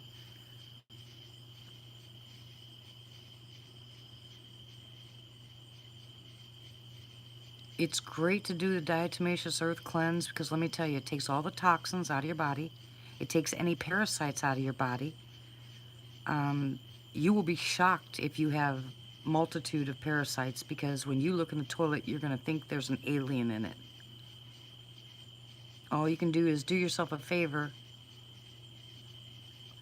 Yeah, you can poop rabbit pellets, which are the gallstones.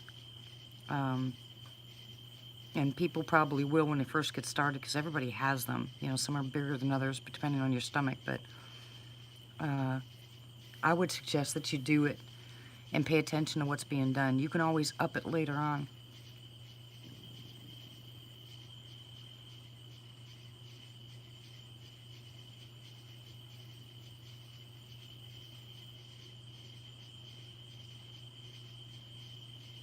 I know, you guys are killing me here.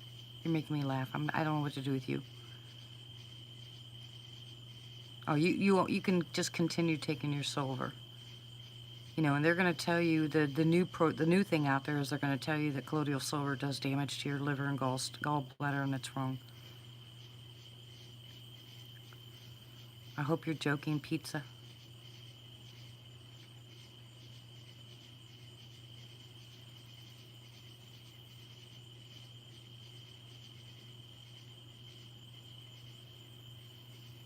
Well, why do you do it? You should talk to my husband, Pizza. Denny, are you still here? Good night, Mike. God bless you, hon. We love you. Contact me anytime if you want to know about that stuff. Just ask me questions on the email and I'll answer you there. You know that. Okay, Pappy. Good night, hon. We love you. God bless.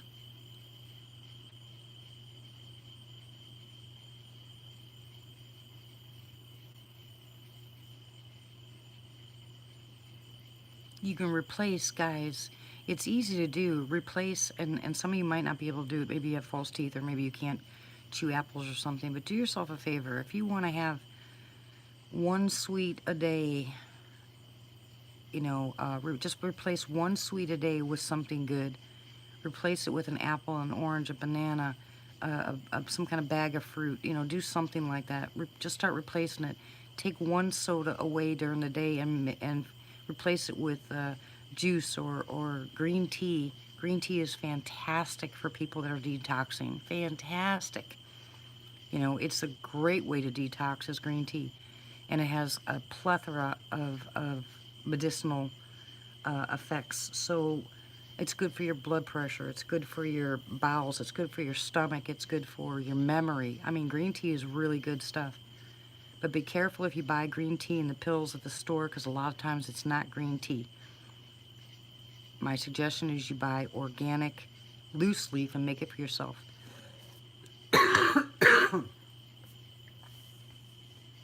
No, Arena. You actually want to do it right. You know, just replace one. Just start out replacing one, guys. And you're going to find out the difference in how you feel. It won't take very long. I promise you that it won't take long. Your skin's going to look better. Your face is going to look better. Your nails are going to look better. I know, Trevo. They do it all the time. This is their way of paying me back. I tell them all the natural stuff and they got to go haywire on the bad stuff. They do it all the time.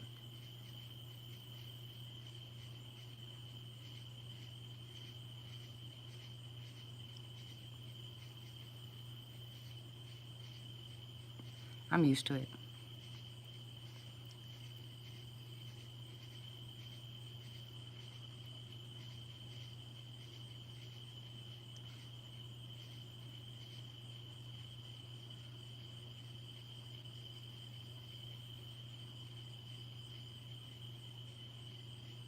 I've got to get that get together with Ryan and or whoever else it was that was going to help me. But I want to start putting a banner up on my lives, and YouTube told me to try Super Chat, which I'm not going to do. I know some of you are, Arena. Some of you don't, but some of you are. And that's okay. Eventually it'll kick in. Because I haven't got, you know, I'm telling myself also when I'm telling you guys, because I'll remind myself when I'm telling you of something that I forgot, like the green tea. You know, I mean, I love green tea and I forgot about it. That's another reason I smile.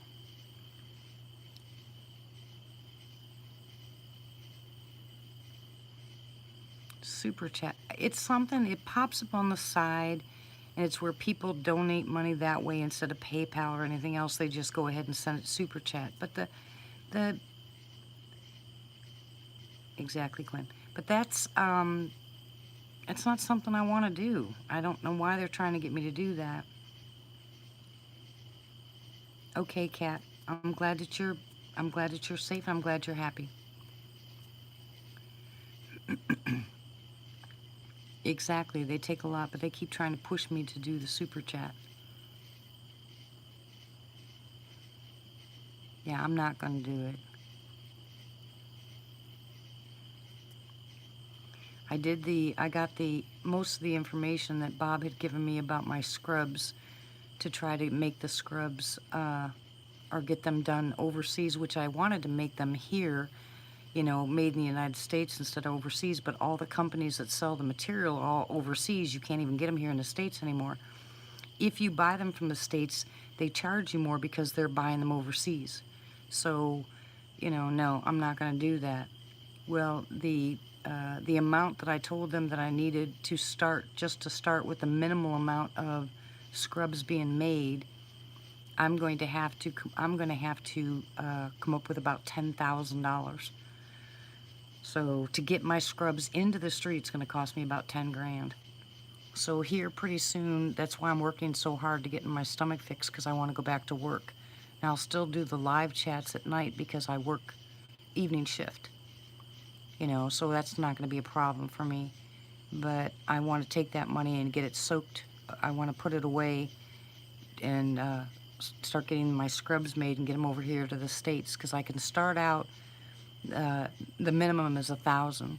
So I can start out with 1,000, get them here, get them on the website, get them sold, reinvest that money back in to make more until I actually can put them on my website and have them being bought from over there until I can get maybe a distribution house here. If I get a distribution center here, which won't take long, you know, all I need is a warehouse, you know, then I can actually create jobs here, you know, for other people.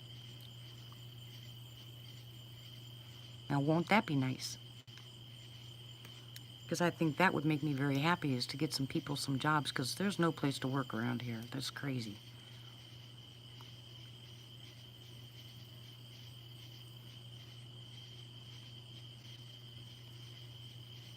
No, I'm not doing Shark Tank.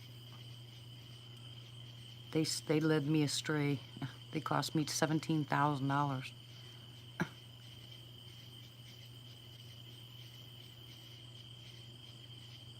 They're the ones that sent me to Idea Buyers and told me to go through them, and they ripped me off. So, no thank you. I want nothing to do with Shark Tank. If you don't have money, Shark Tank ain't gonna help you. You have to have money to make money.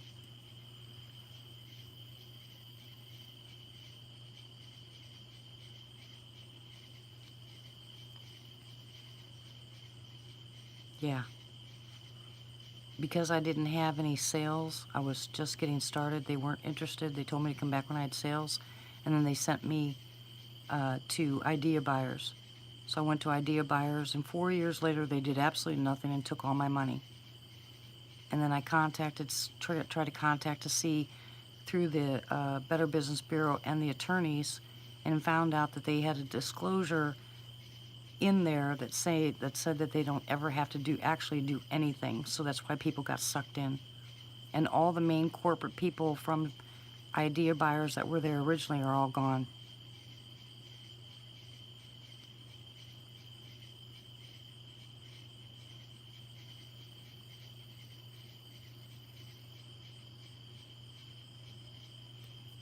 It's just nursing scrubs, Triva. I created a new nursing scrub, and I know it'll sell. Already know that it'll sell, and I just can't get them made here in the States. There was a guy in California that offered to make me 50 at a time, but he makes jeans, which means he could take my idea and run with it because you can't get a clothing patent. You can only get, minimum protection for that. And so I have pictures of mine, and I mailed it back, and the whole 9 yards. I'm protected that way, but there's nothing else I can do.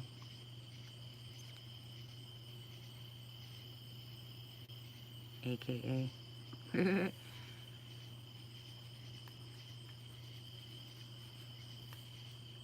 But anyways, now you guys have now you know what I'm going to do. Oh, thank you, pizza.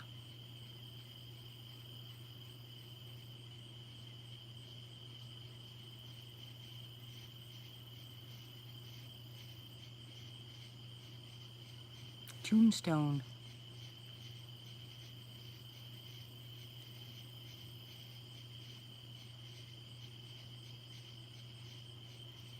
Whatever do you mean?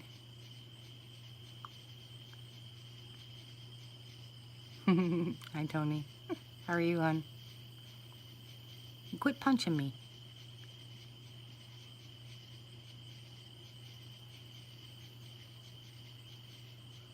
Welcome back, Tommy. I don't think we're going to have any activity tonight. These guys are quiet as all get out. If they are here, they're not making any noise.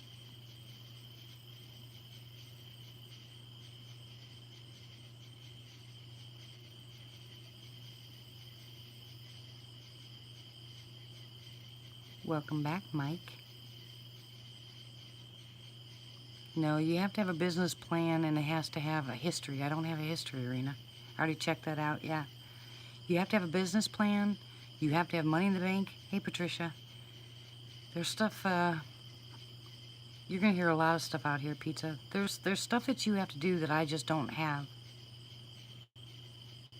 Are you smiling now, Mike?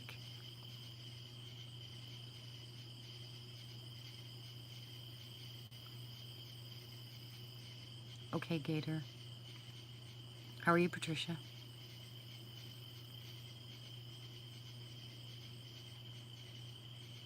You're having heart palpitations, Tony?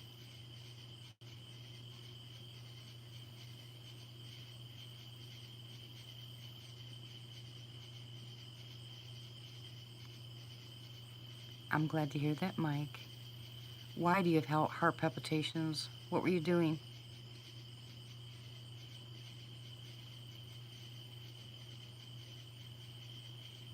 We love you, Mike.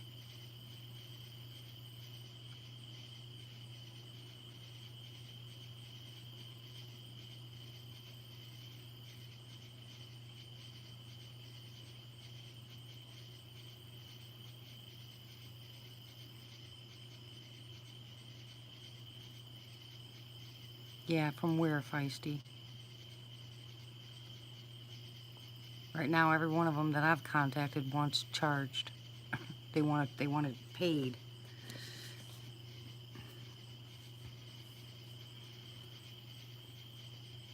So far, I don't fit into any of the stupid categories.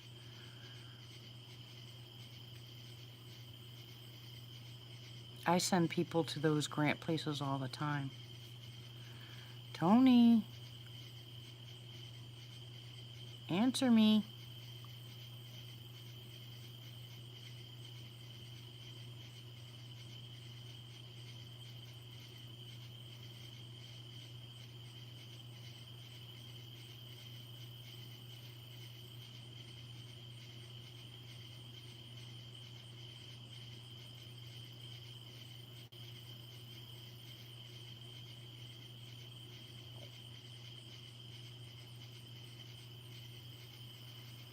Oh, I can say that about mine. At the same time, I can tell you my life was great.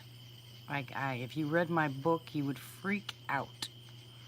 But I'm glad you're chilling. It makes me smile. No, he messes with the cryptids, Triva.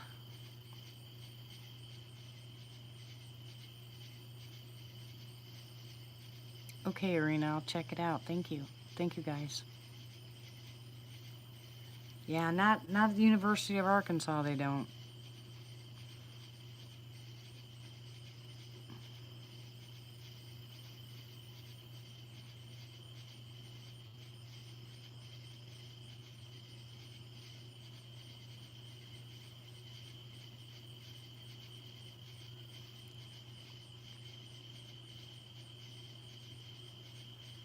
Tony.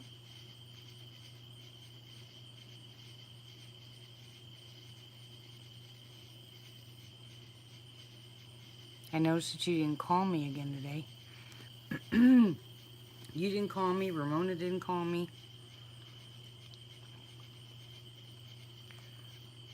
What's MSU? I don't know, Pizza. He might. It's still pretty early. Hey, Sue. How are you? I've already got 3 inventions, AKA, and I can't get the first one off the ground, let alone the other ones. I need help, and I don't have anybody to help me.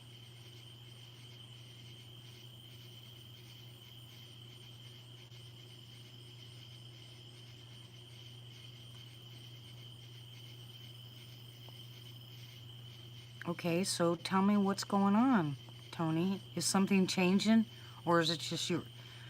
You know, I don't live in Mississippi. How am I supposed to get help? I have to go down and talk to people. I don't want anybody knowing about what I got, you know?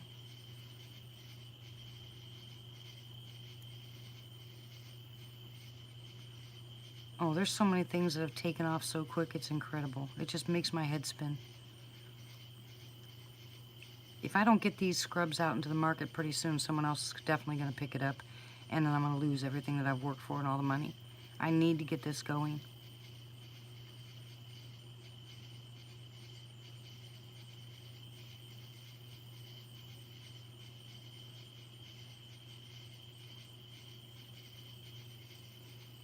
Yeah, there's a whole bunch of Google snoopers. Exactly. Exactamundo. Small Business Association in Arkansas stinks. I know, but Tiffany, guys, what I was trying to tell you is I don't want people to know about what I have. I need somebody here that I can talk to that'll help me through it, that I can trust. I can't just start making phone calls because these people want some information. I can't give it to them.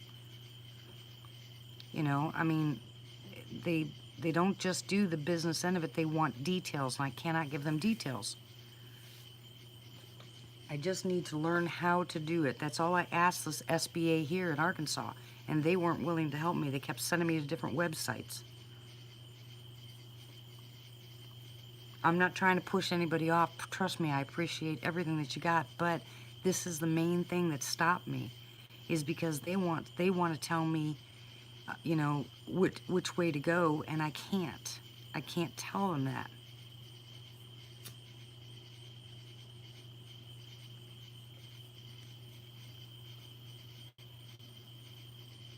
Yeah, I need a business person. I need somebody that knows how to do the whole thing, and I just can't find it here. These people are so backwards here, it makes me crazy. No, they didn't, Feisty. That's what I was asking for, because you guys said that a long time ago. So I went to the SBA here. It was a joke.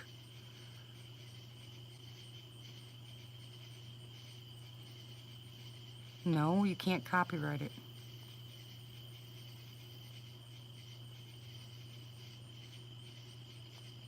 Because the Small Business Administration is supposed to help you with your business. Instead, all they did was give me the runaround.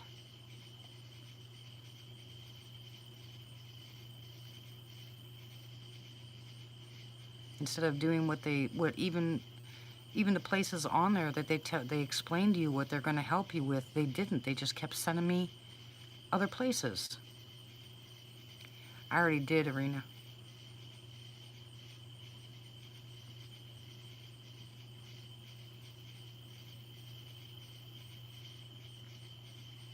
I've written 2 letters, one to my state and one to the Congress about reopening, some of the manufacturers here because everything is in China. But we owe China so much money, they're not going to do it.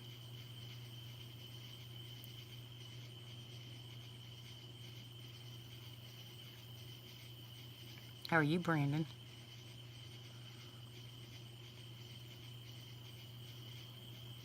Did you think I said Arkansas people are backwards? I'm an Arkansan.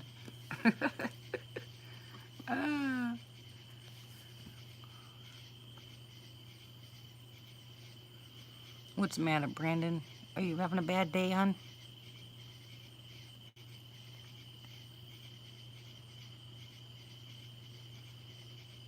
Just there's a lot of places in Arkansas that just like I'm sorry, hon. Like we're one of the last states to pick up the medical marijuana, and one of the last states to allow that stuff here. There are a lot of things that Arkansas just will not pick up. Why are you not a movie star, Mike? You should be a movie star.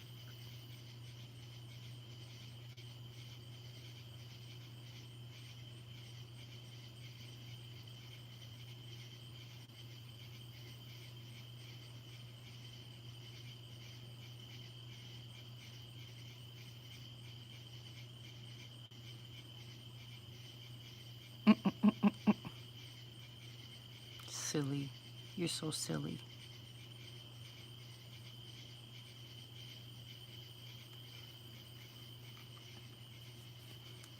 Come on, babies. Come on. Come on, babies.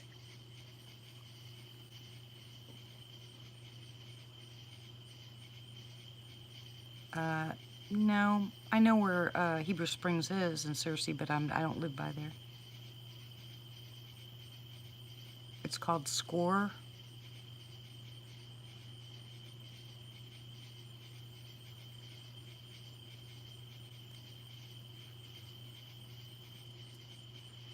How you doing tonight, Patricia?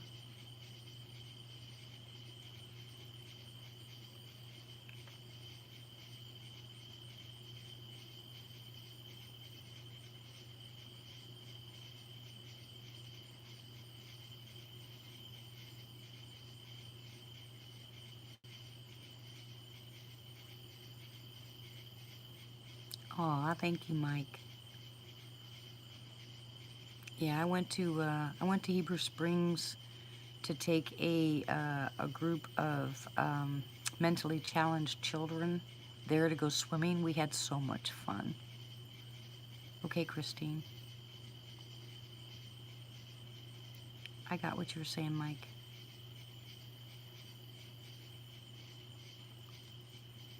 Yeah, I know you did, Christine.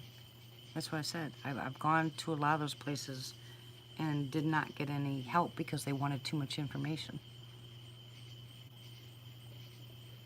They wanted things that I did not have. It is beautiful out here. Yeah, the kids that I took to Heber Springs, there was a park there that the kids were allowed to go. And we drove all the way out there, and it was a little lake, and we took all the kids out on canoes out into the lake. And they just had a ball. They absolutely had a ball. They had never even been to a lake. They'd never been on a boat. We had so much fun. We wanted to camp there, but the parents were not giving permission for the children to be out at night because of snakes or whatever. They were afraid of stuff, and the parents wouldn't come. So you can't get a patent on clothing. It is called a utility patent, and it takes years and a lot of money.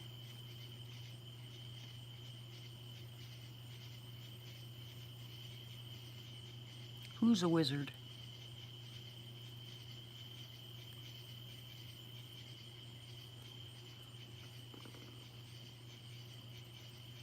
I got it, Christine. I wrote it down. But I think I contacted once before, too.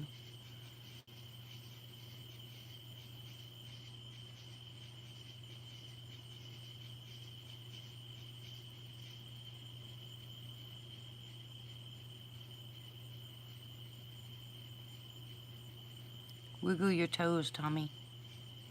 Exercise your arms. Do breathing exercises.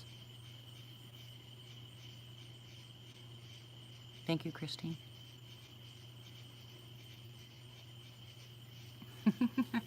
Matt just thinks he has 4 hands.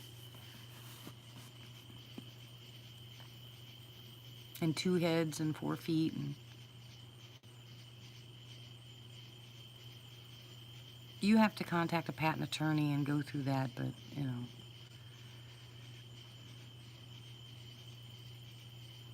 No, I wouldn't go on Shark Tank, Christine. It needs too much. You have to have sales, hon.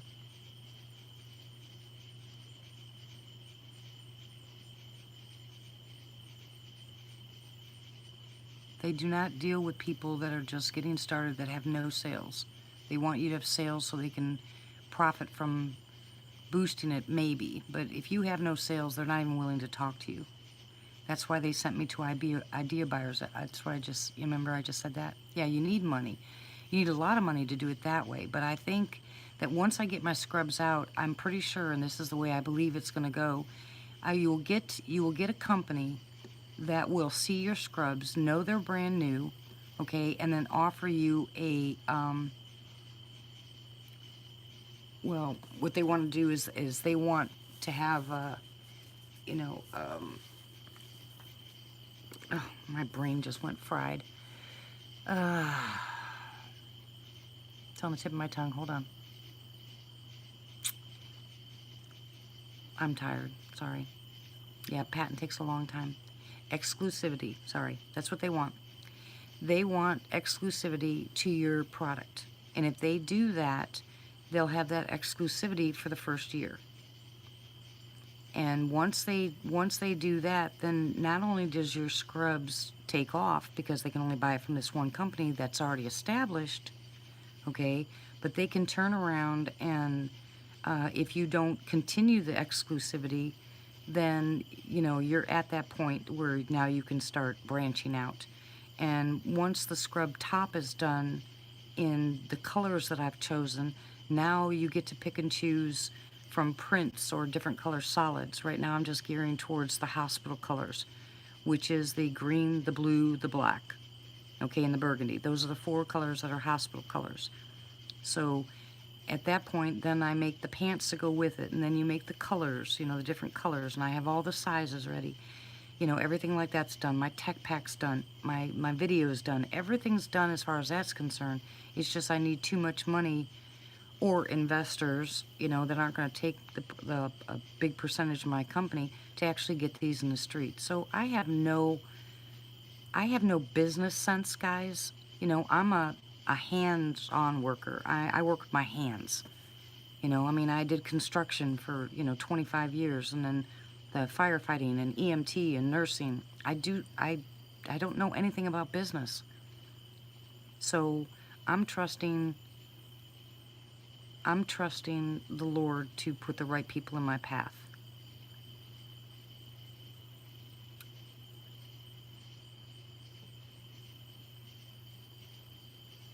Matt, that's cute. You're so cute.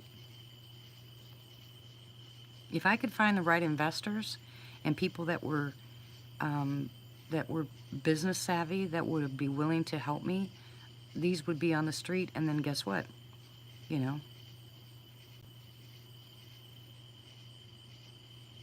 I did go through them, Feisty.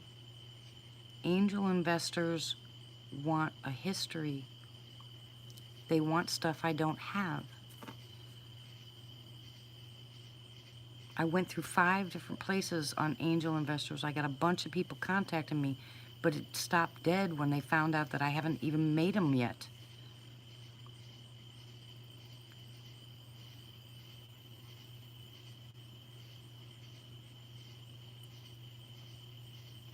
We talked about this right after I did it, though, didn't we, Feisty?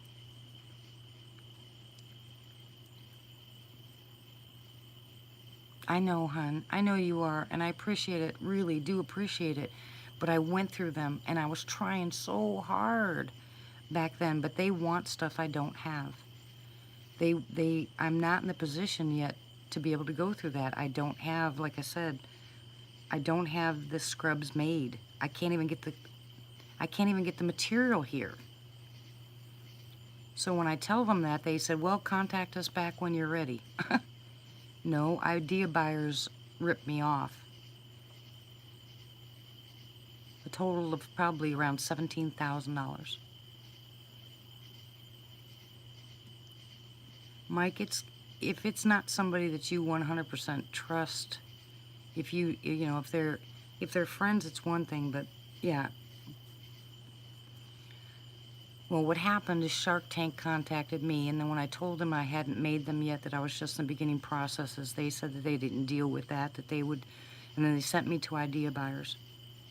Idea buyers wanted money up front to take my company public, is what they said, to make sure that they were in the streets. They gave me all this list of things that they were going to do for me. In 4 years, they did nothing but take my money. They didn't even have a trademark. I got in the mail a trademark from the UK, and I asked them, I said, what's this? They said, oh, that's normal. You're going to get them from all kinds of places. I didn't. I got one from the UK and no place else. They did nothing in 4 years and took all my money. When I kept telling them, because they wanted me to make the scrubs and send it to them. And I said, I thought you said you had manufacturers that could make them. That's what you told me. And they said, well, oh, you want us to make them? And I was like, oh my gosh.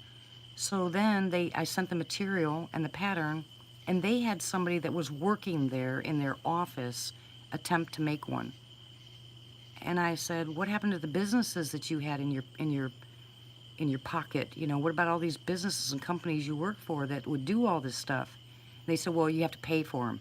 And I said, what did I pay for? And they said, our services. And I said, doing what? And they said, well, we're helping you. I said, you're helping me do what? And they said, get all this stuff together. And I said, oh my gosh. So I went to the Better Business Bureau to find out. And then it just ended up a mess. I found out that there was so many lawsuits, but they never won. The lawsuits, nobody ever won, because they have a clause saying that they can't promise anything. And I didn't, even with the paperwork I got, I have nothing that says that clause in it. So I got ripped off and I learned a lesson. So now I am where I'm at, and all I'm looking for, yeah, I already have someone that'll produce them, Christine. I just need the investors and the business person that won't steer me wrong. And I was hoping that Bob got back and he could help me out. He did. I'm just sitting here, Brandon, doing nothing with it. I mean, I don't know what to do next. I don't have the money now to do anything.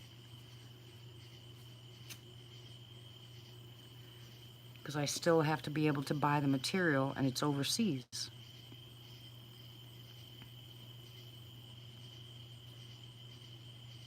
It takes money to make money, guys. You have to have somebody in your pocket. I don't care about money either, Mike. It's just I know my product will help a lot of nurses and doctors and CNAs and dentists and the whole 9 yards. They're gonna love it. Yeah, he gave me the email address of this company, and I'm in the process of writing them a letter.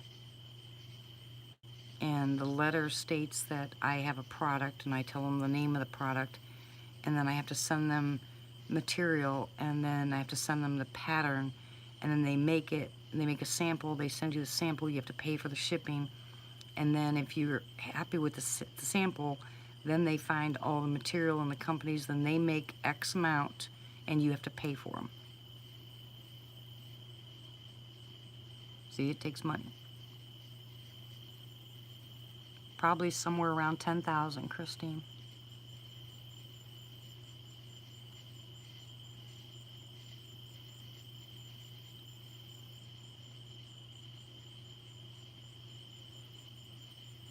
Yeah, I'd be dangerous with a lot of money because no, I wouldn't have any left. Because everybody else would have it. There wouldn't be any hungry people here, I promise you that. But it's not the money. It's not the money that I'm looking for. I have a good idea. I have a really good idea, and it would help people. I have a couple of good ideas that will really help people. It just takes money to make money. Give people jobs. That's how you help the homeless.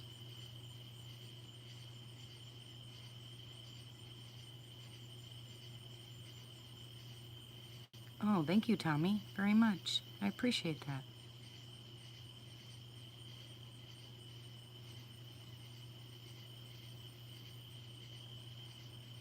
That's the hard part, Brandon. That's the part I'm learning. Yeah, I've been homeless too, Mike. You have your idea. You gotta submit that idea to a person that can make it without taking the idea from you. I'd be doing a lot of praying first before I started it.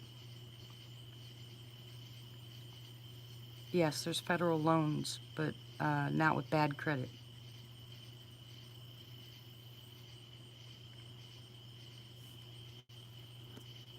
We used to have bad credit until my husband lost his job and I lost mine.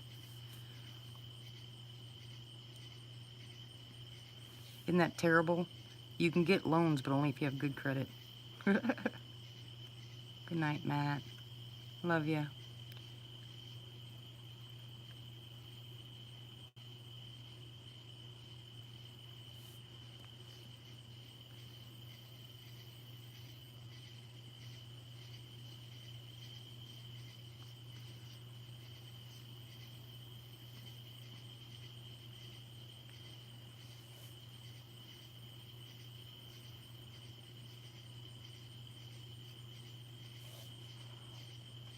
So, anyways, let's change the subject because I know that's not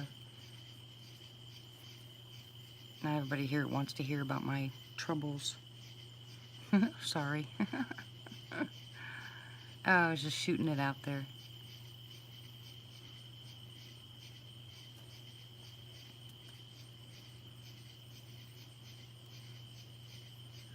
No, they don't like the homeless, but they don't understand them either.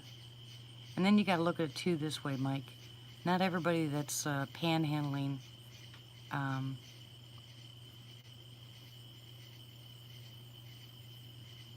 thank you, Patricia. I believe it's in God's hands anyway. But not everybody that's panhandling is poor, and that's what makes it hard.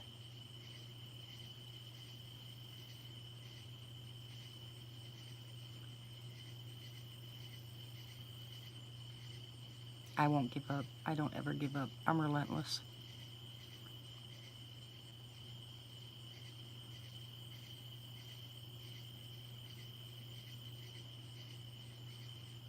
Yeah, I didn't know anything about panhandling back when I was homeless with my kids, you know.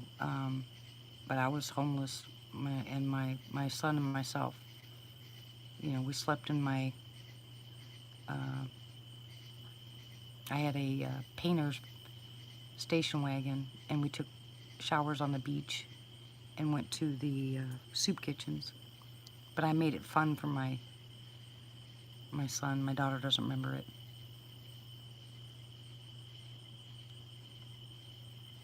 You talking Greek to me, Christine?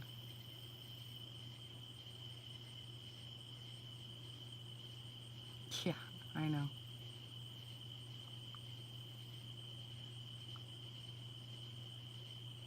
That's right, Blue.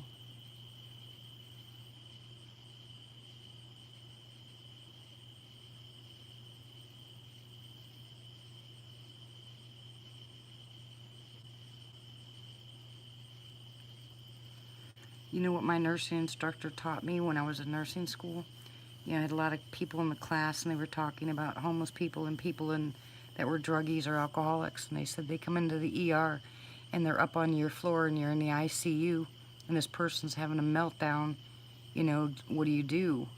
And so most of the people in the class said, you know, give them drugs, you know, shut them up, you know. And my instructor just shook her head, and I said, you know, they're alcoholics. You know, if they're in there for you know, something that's wrong with them physically, not because they're alcoholics. And she said, that's right. And in the ICU at the hospital here, they have beer and alcohol. And when someone comes in that's in that position, they'll actually give them alcohol. They'll give them beer to calm them down. She said, you have to treat, you know, you have to treat the patient who they are. And I was shocked. I was really shocked, and I was so happy, you know, that they actually thought that way.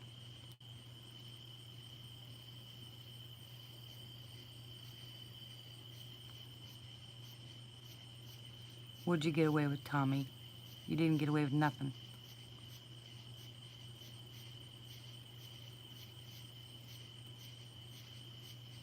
Yeah, alcohol and I don't get along.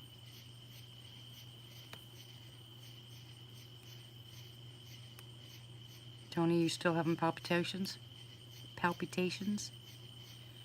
That's right, Tiffany, and my instructor knew that.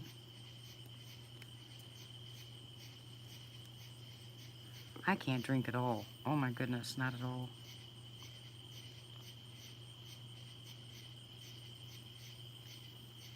I don't smoke pot either. Yeah, you said it out loud, Tommy. You think I don't watch what you say, Tommy? You know I do.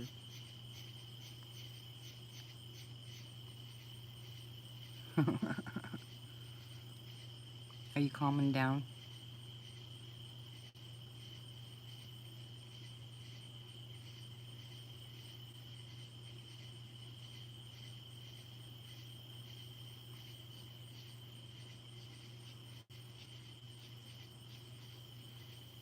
Sweet. I love my pup. What, Mike? Guess what?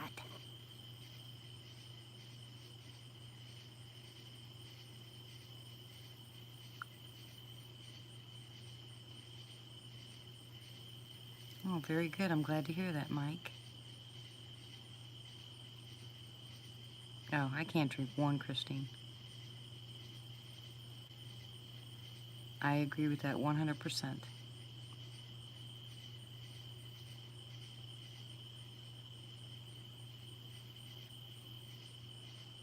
I agree with that 100%. You'll close one door and open another. Whatever's supposed to happen is going to happen. I'm just not giving up. Thing is, you know, nobody believes in it here anymore, you know?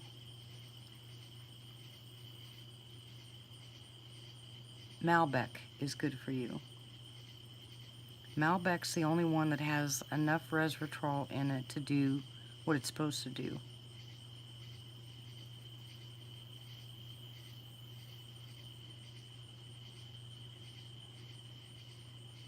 Well, I'm glad things have turned around for you, Mike. I'm proud of you.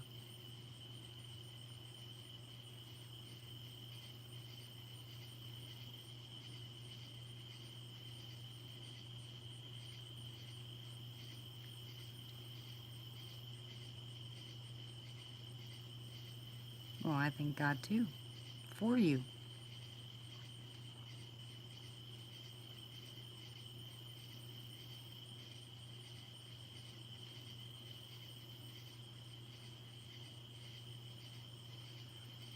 Poor Arena.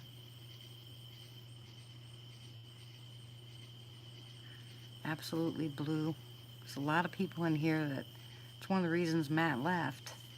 You know, when you get all this stuff is running around with everybody, and it's hard to hear the hard stuff, but it's also good to talk about the hard stuff because it helps people release.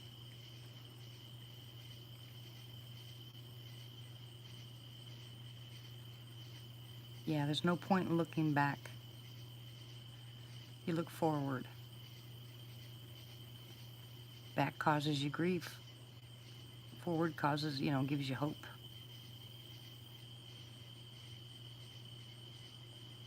Oh, I can't even drink the Malbec that they said, you know.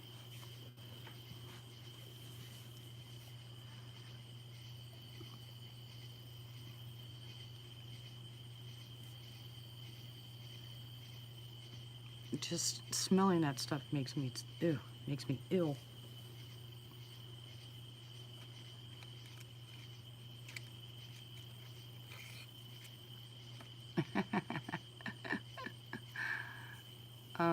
Dogs are hard. I gotta give mine a bath, and my problem is she's gonna want to go outside and roll in cat poop.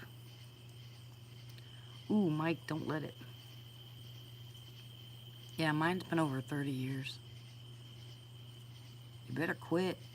I hear you.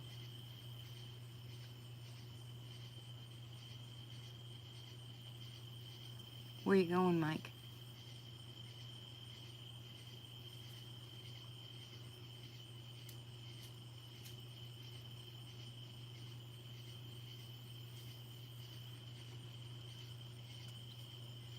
This place where you're at right now, or the live chat?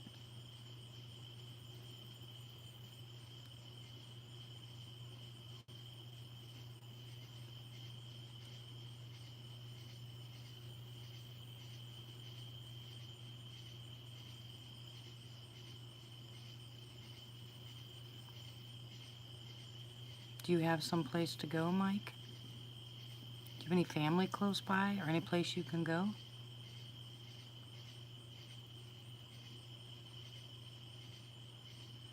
Oh my, hun. What, AKA?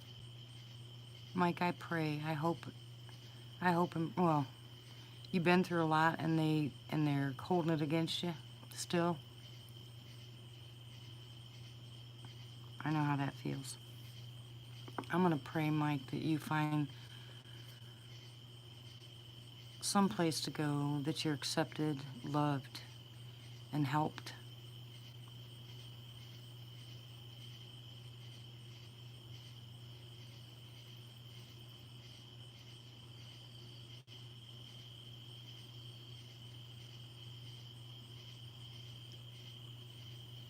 No, not yeah, right. It happened to me. If it happened to me, it can happen to you. Don't lose hope, Mike. It might be hard right now, but don't lose. I know the feeling. Don't lose hope, Mike.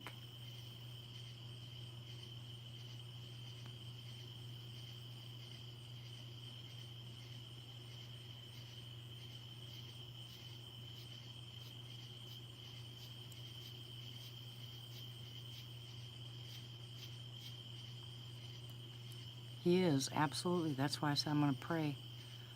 Because he is the best hope we have. And I know if it wasn't for him, I wouldn't be where I'm at now.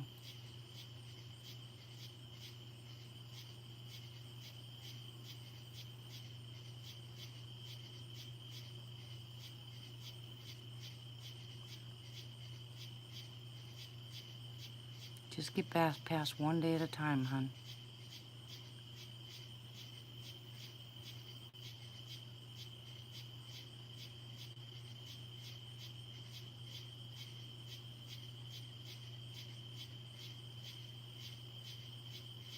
Sure, we can pray for Mike again. We prayed for him earlier. Hey, blind sniper. But we can pray for him again, no problem. And that is, I'll lift you up, Lord. You are my Lord, my God, in whom only shall I serve. The great I am, master of the universe, the best thing that's ever happened to me, and the best thing that's ever happened to all of us who believe. And Father, I'm going to lift Mike up to you now. We're all going to lift Mike up to you now. Everyone in prayer who bring Mike before you, we ask you to place him someplace, Lord, that he is loved, cared for, forgiven. We know you've forgiven him, but others can't forgive. They look at the sinner instead of the sin, directly against what you asked us to do, Father. And I'm asking you to wipe him clean from the inside out, Father, and on the outside, let them see the new you, the new him, the one that you restored. Give him hope, give him balance. Open the doors for him, Father. Let him walk in with you by his side, head held high, so everybody around him also knows that he's been forgiven. Lord, I've said it before, that until I'm standing beside you to know what true love is, I can only do the best I can do here with what I know. And from the bottom of my heart, those that I consider family, I love with all that I am. And I've done so with a pure heart. Father, give him that. In Jesus' name I pray. Amen.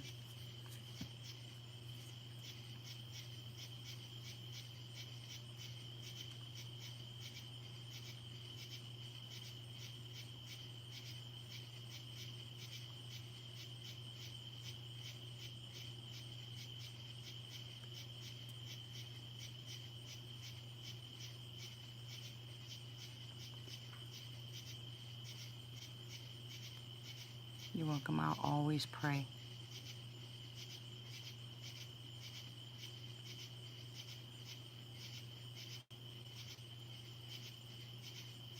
Signed, sealed, delivered. Yeah. I used to watch that movie. I think it was about Moses, and he said, "So let it be written, so let it be done. I decree and declare in the name of God." And that's what I call to my memory when I'm praying.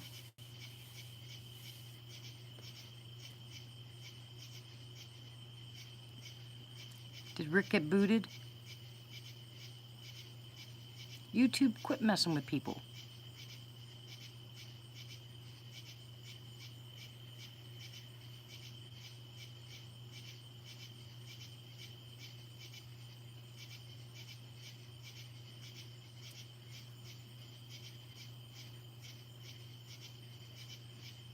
Yep, a lot of people have been saved on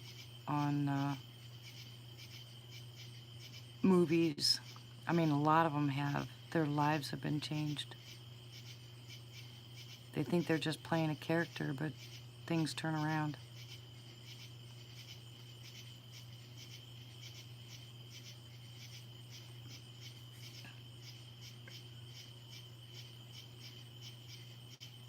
You can't hear the crickets? There's got to be something wrong with my audio then, because the crickets are really loud.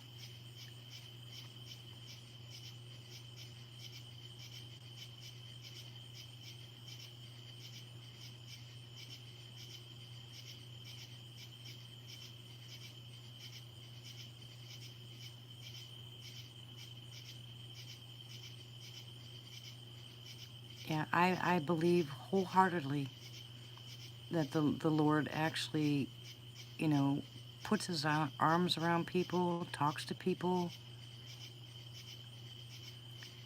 Tracy, Mr. Dawson and I spend a lot of time in conversation. When he's down spiritually, he will contact me and we will pray together and spend a lot of time talking. Him and I love talking together.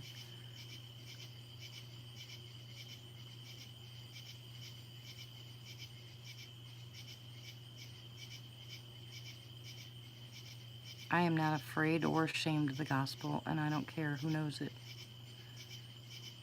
I am who I am. The Lord made me just the way I am. Some people will listen and some people will not. Some people will like this channel and some people won't. Exactly, Blind. That's what I do. I just have a conversation with him all day. I talk to him. You know, and you don't have to have special words, these and thous, and, you know, when I'm on my knees and I'm talking to him, I talk to him just like I'm talking to you guys. Good night, Treva. God bless, Sean.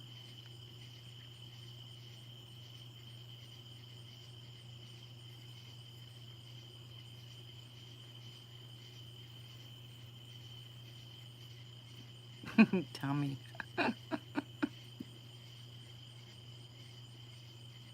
Yeah, I was telling people I didn't have a father growing up, and then it hit me, and I said I had the most wonderful father I ever could have. I just didn't know it.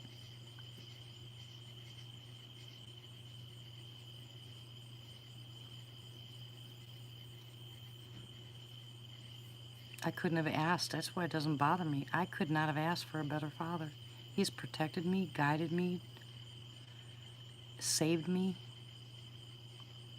Even when I want to deny him, I can't because of all the things he's done that I just can't explain. And I'm one of those hands-on people.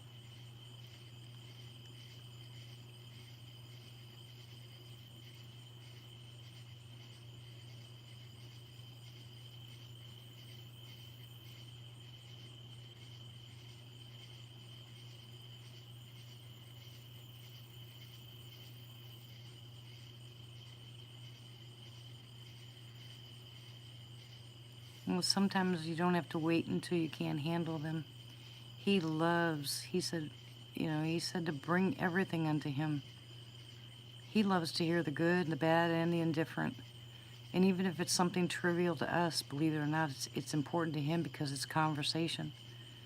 So don't wait until things are bad before you talk to him or tell him. Just tell him everything all the time. He loves that conversation. That's dedication in the Lord's eyes. That's love to him. When you talk to him, he wants to hear everything.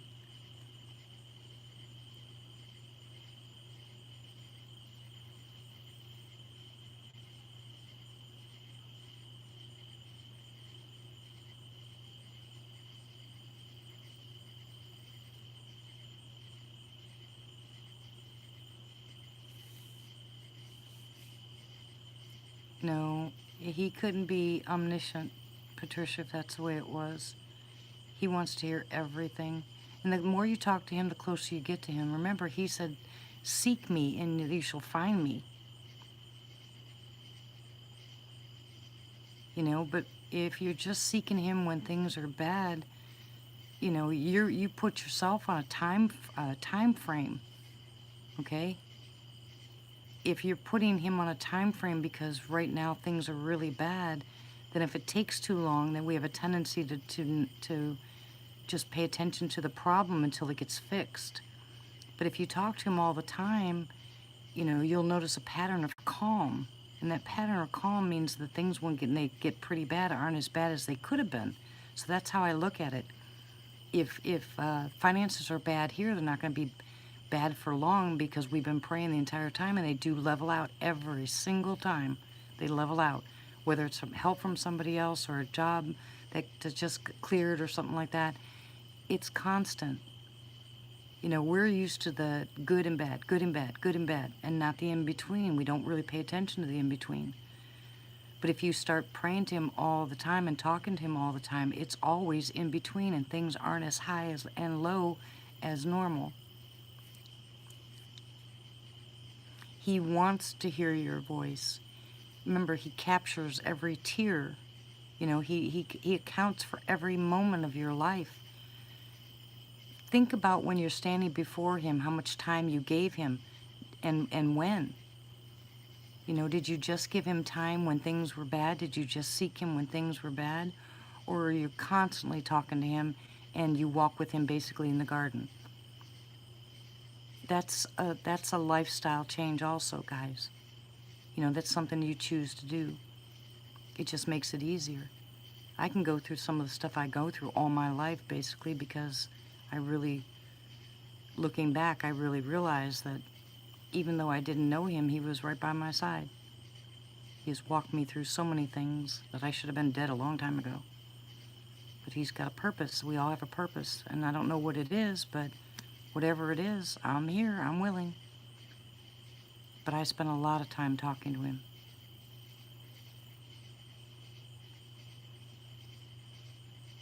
Yeah, it's a love that I've never felt here before, ever. You can be in love with your spouse, or you can love your children, or you can love a certain kind of food, but it's never the same as the love for the Lord, never. It's an unconditional that no one can take from you. It's something that no one can take from you.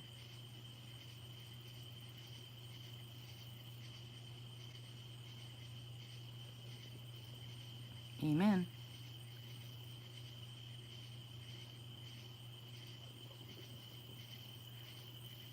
It is a peaceful love. I mean, it's completely different.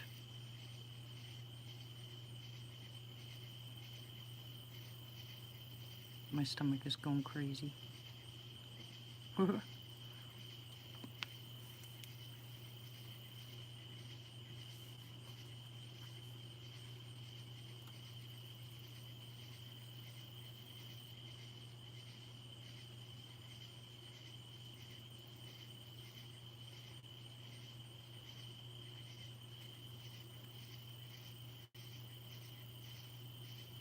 What was that?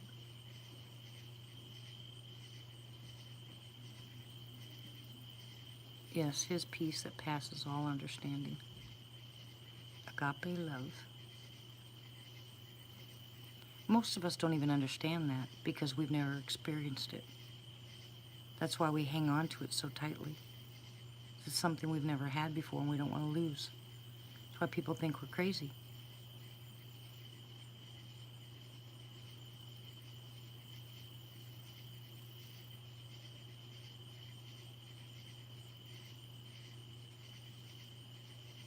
But once you've tapped into that love, it's hard to resist.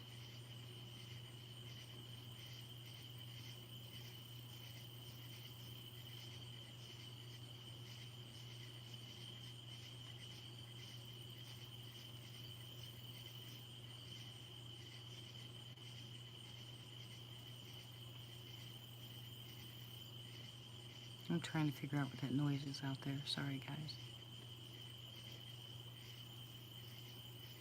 It's a clicking noise,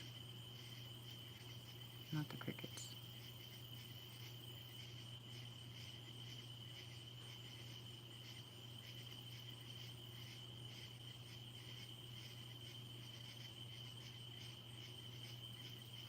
Yeah, Tiffany. I was sitting there reading the Bible one day, and my husband came over and gave me a kiss. Said he was going to work, or had to go to the office. And he walks back in the door. I said, I thought you were going to work. And he said, I did, and I came back. I looked down, it was 3 hours later. I was like, wow. It's like 15 minutes, and he was, it was just freaky. I was shaking my head laughing because I didn't realize it had been 3 hours. I get so caught up in reading his word, I just get lost.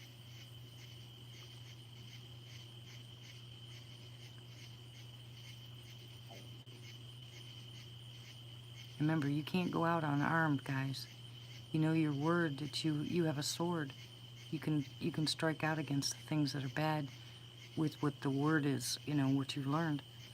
He said, hide it in your heart.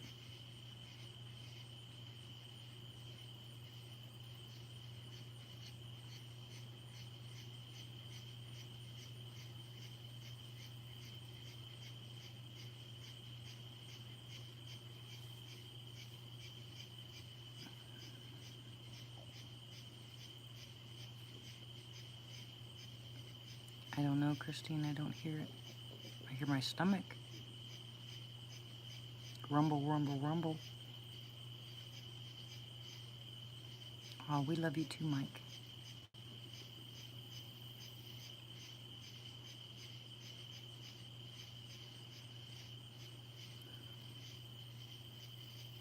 Yeah, there is so much power in prayer. I don't think people realize how much it is.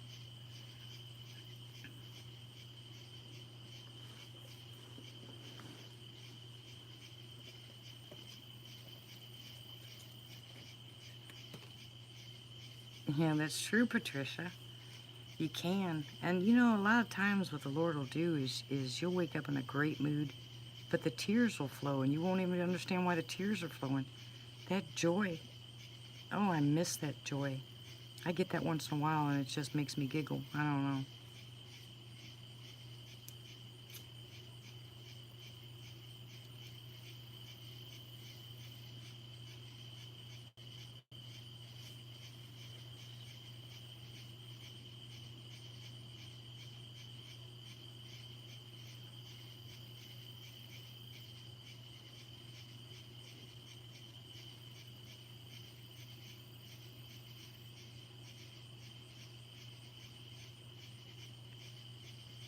Yeah, there's so many good books in the Bible.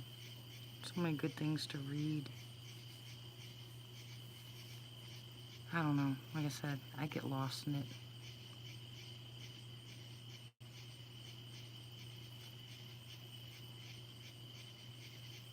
I'm going to end the live chat early tonight, guys. I'm going to go down, take a shower, and go to bed. I'm going on 20 hours. No sleep. I'm really tired. It's been an exhausting day. Amen, blind. That's what I said. I tell people, you know, there's life and death in the tongue. And the Lord says blessing and cursings, and that's not the way it's supposed to be. They come out of the same mouth. It's just not the way it's supposed to be.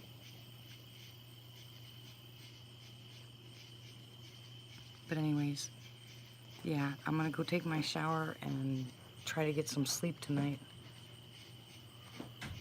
Yeah, it's really hard when you got tons of stuff planned.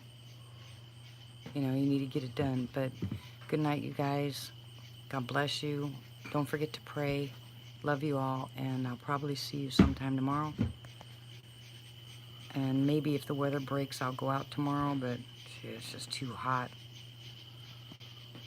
Okay? So, good night. Love you. Bye.